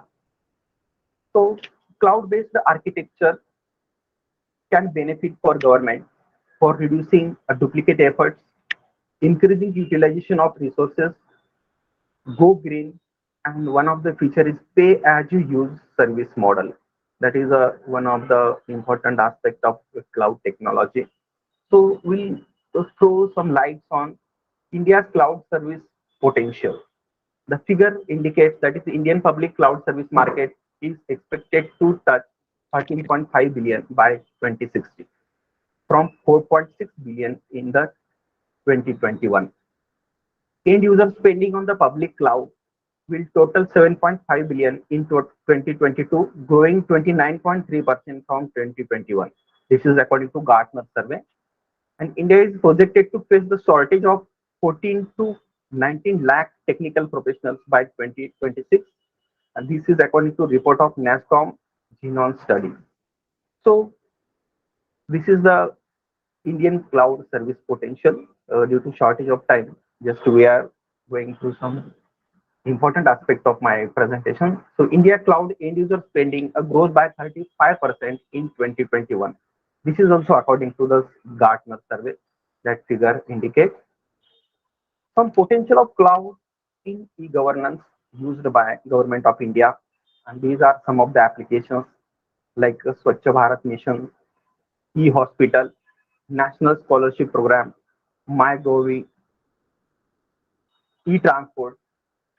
And one of the most landmark initiative of government of India is the e-marketplace. That is a GEM, Government of India e-marketplace.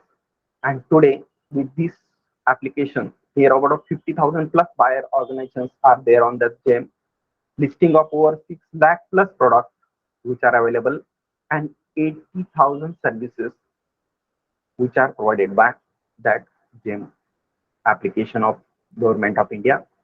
So it is a dynamic, self-sustaining, user-friendly portal, making procurement by Government of India, and it provides the facility for buyers and sellers under single roof. For buyers, it provides a rich of listing products by individual category of goods and services. You can search, compare, select a particular product. It is a transparent and easy buying process. It is user friendly, and for seller it is direct access to government department. It is one stop shop for marketing with minimal effort. For bids, there is a new product suggestion facility available for sellers, and one of the important aspects is a dynamic pricing, so price can be changed based on market conditions. So these are Excuse me, various sir. facilities. Hi, yes, sir. So sorry to interrupt, but you may conclude if you can.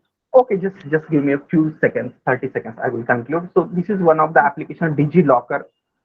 So this is also cloud-based application. It is based on user consent, the document that you are putting. It is fully secure. You can access anytime, anywhere.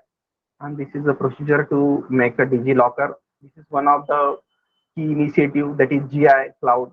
It is also known as a Meghraj. And at the conclusion point, so cloud helps enabling government services faster and cheaper. Public cloud are offering best value for money addressing of the government. Cloud architecture with combination of small private cloud and a larger public cloud. It is the best way for government for scaling the e-governance applications. So with that, I would like to thank conference organizers. Thank you, sir. Rais, sir, are you there? Yes, ma'am. Okay, sir. You may present. Am I audible, Yes. ma'am? Am I audible? Okay, ma'am. Thank you. Good afternoon, everyone. I'm Mr. Rais Ahmed, research scholar, Devi Ahlia Vishwavidyalaya University, Indore. I am going to present my research paper entitled on sentiment analysis and opinion mining of Indian government scheme Agnipath with machine learning using R. Sentiment analysis, also known as emotional intelligence or opinion mining, is the computational study of identifying and categorizing people's opinions, attitudes, and emotions from piece of text and determine whether the writer's attitude towards a particular topic, product, or service is positive, negative, or neutral.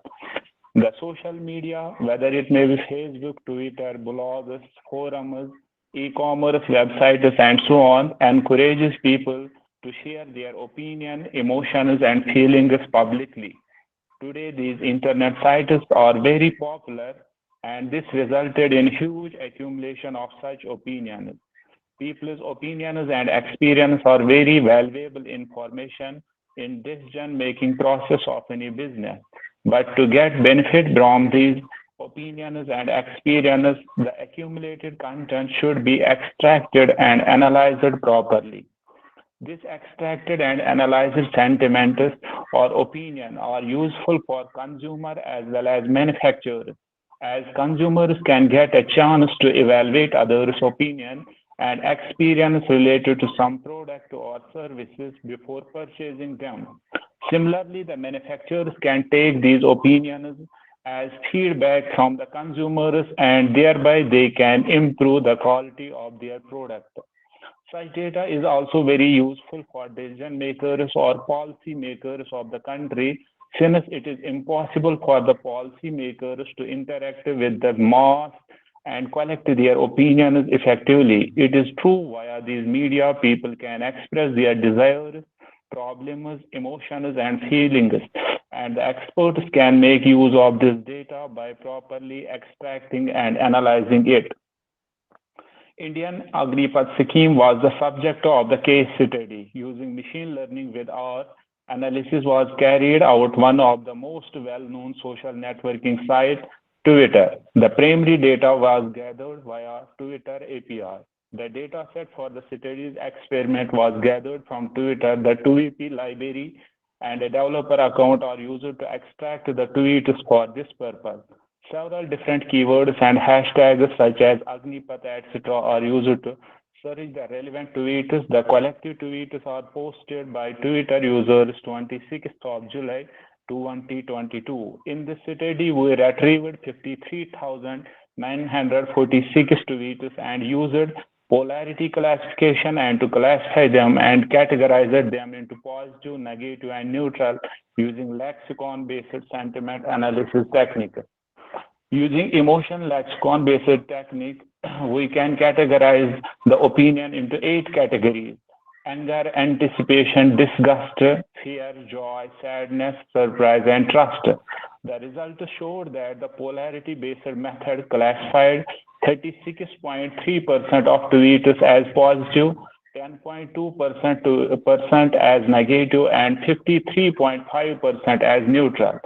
Various machine learning algorithms such as software such as SVM, naive Bayes classifier, logistic regression, decision tree, and random forest have been used for classifying the tweets.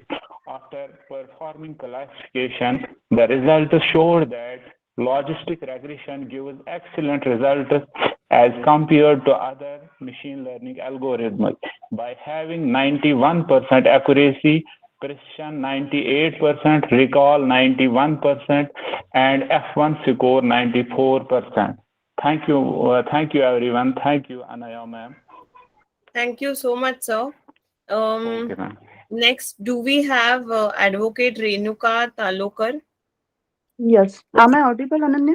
Yes, ma'am. Okay.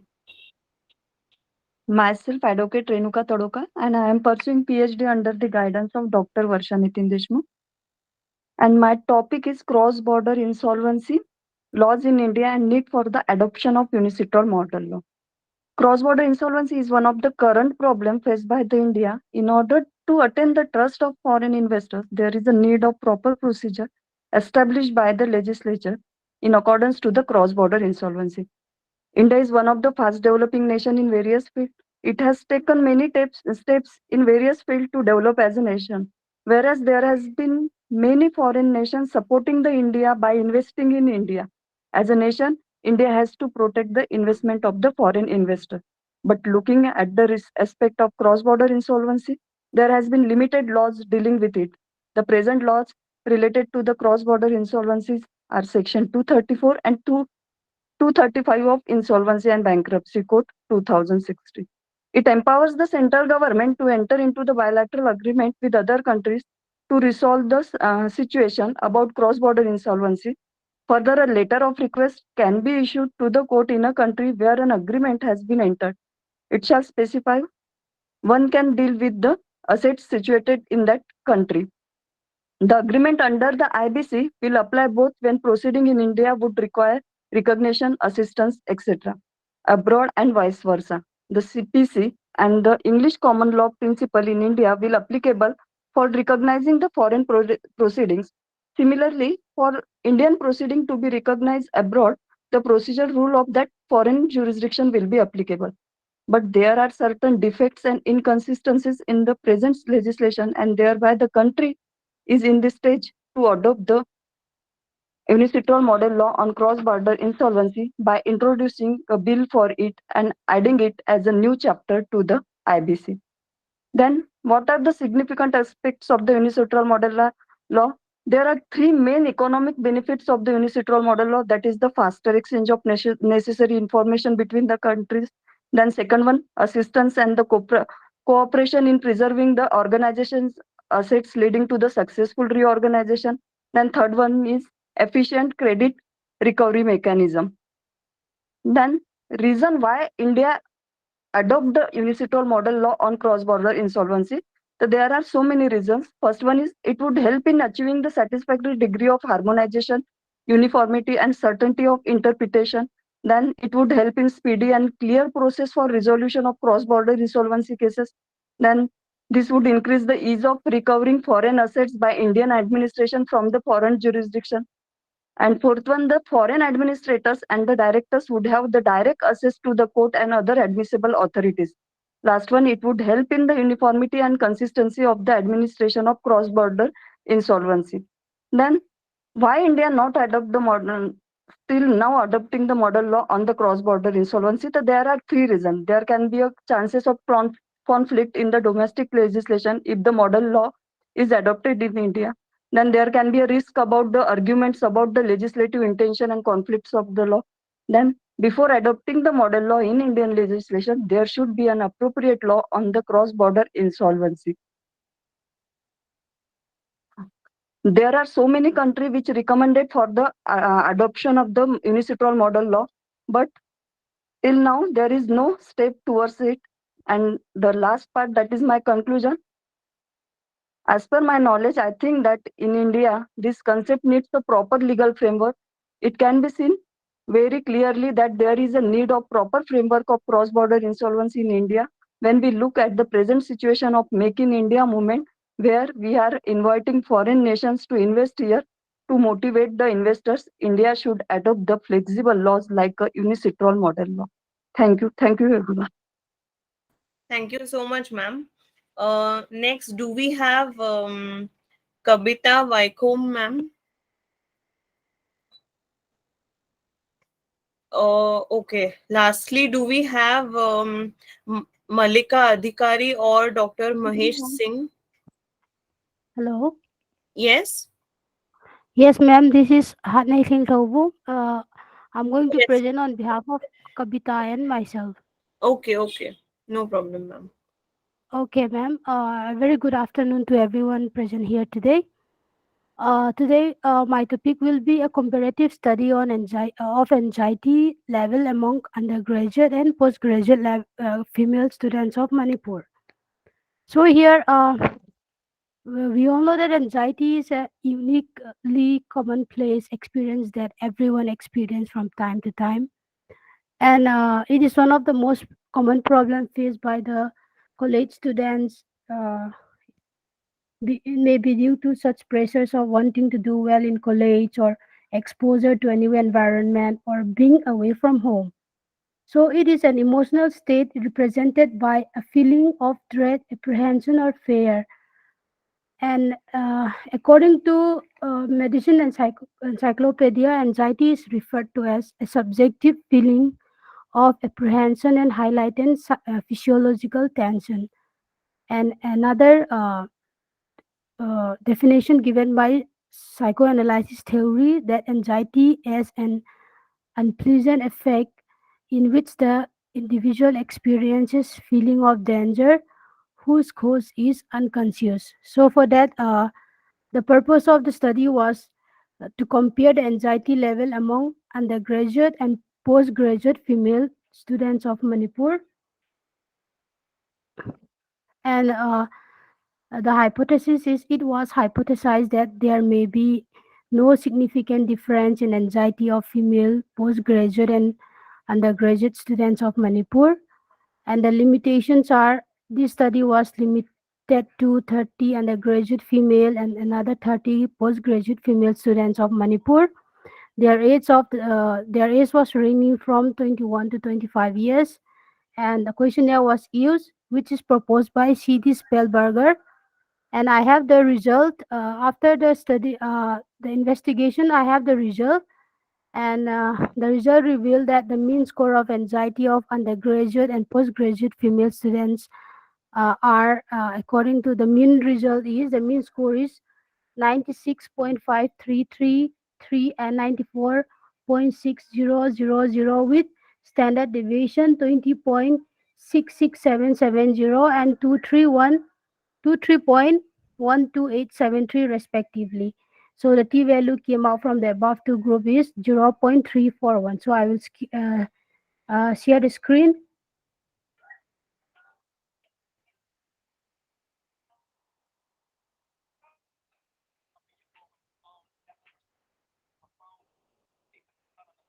Can you see, ma'am?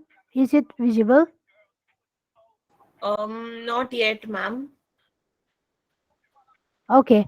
I will not waste time. I will not waste much time. I have already shared the score. So the conclusion is the result of the study conclude that there is no significant difference between anxiety level of undergraduate and postgraduate student uh, because they may have been provided same environment by the parents, or it may be by because of the same environment which has been experienced by them.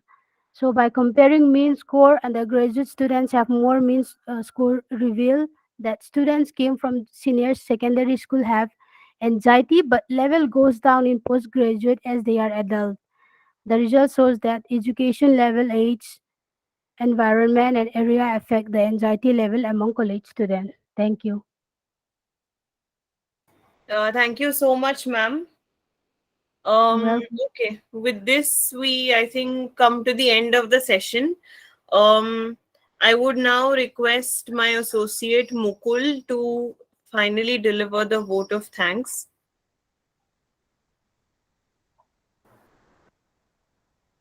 So I would like to thank each and every one of you present here in this meeting.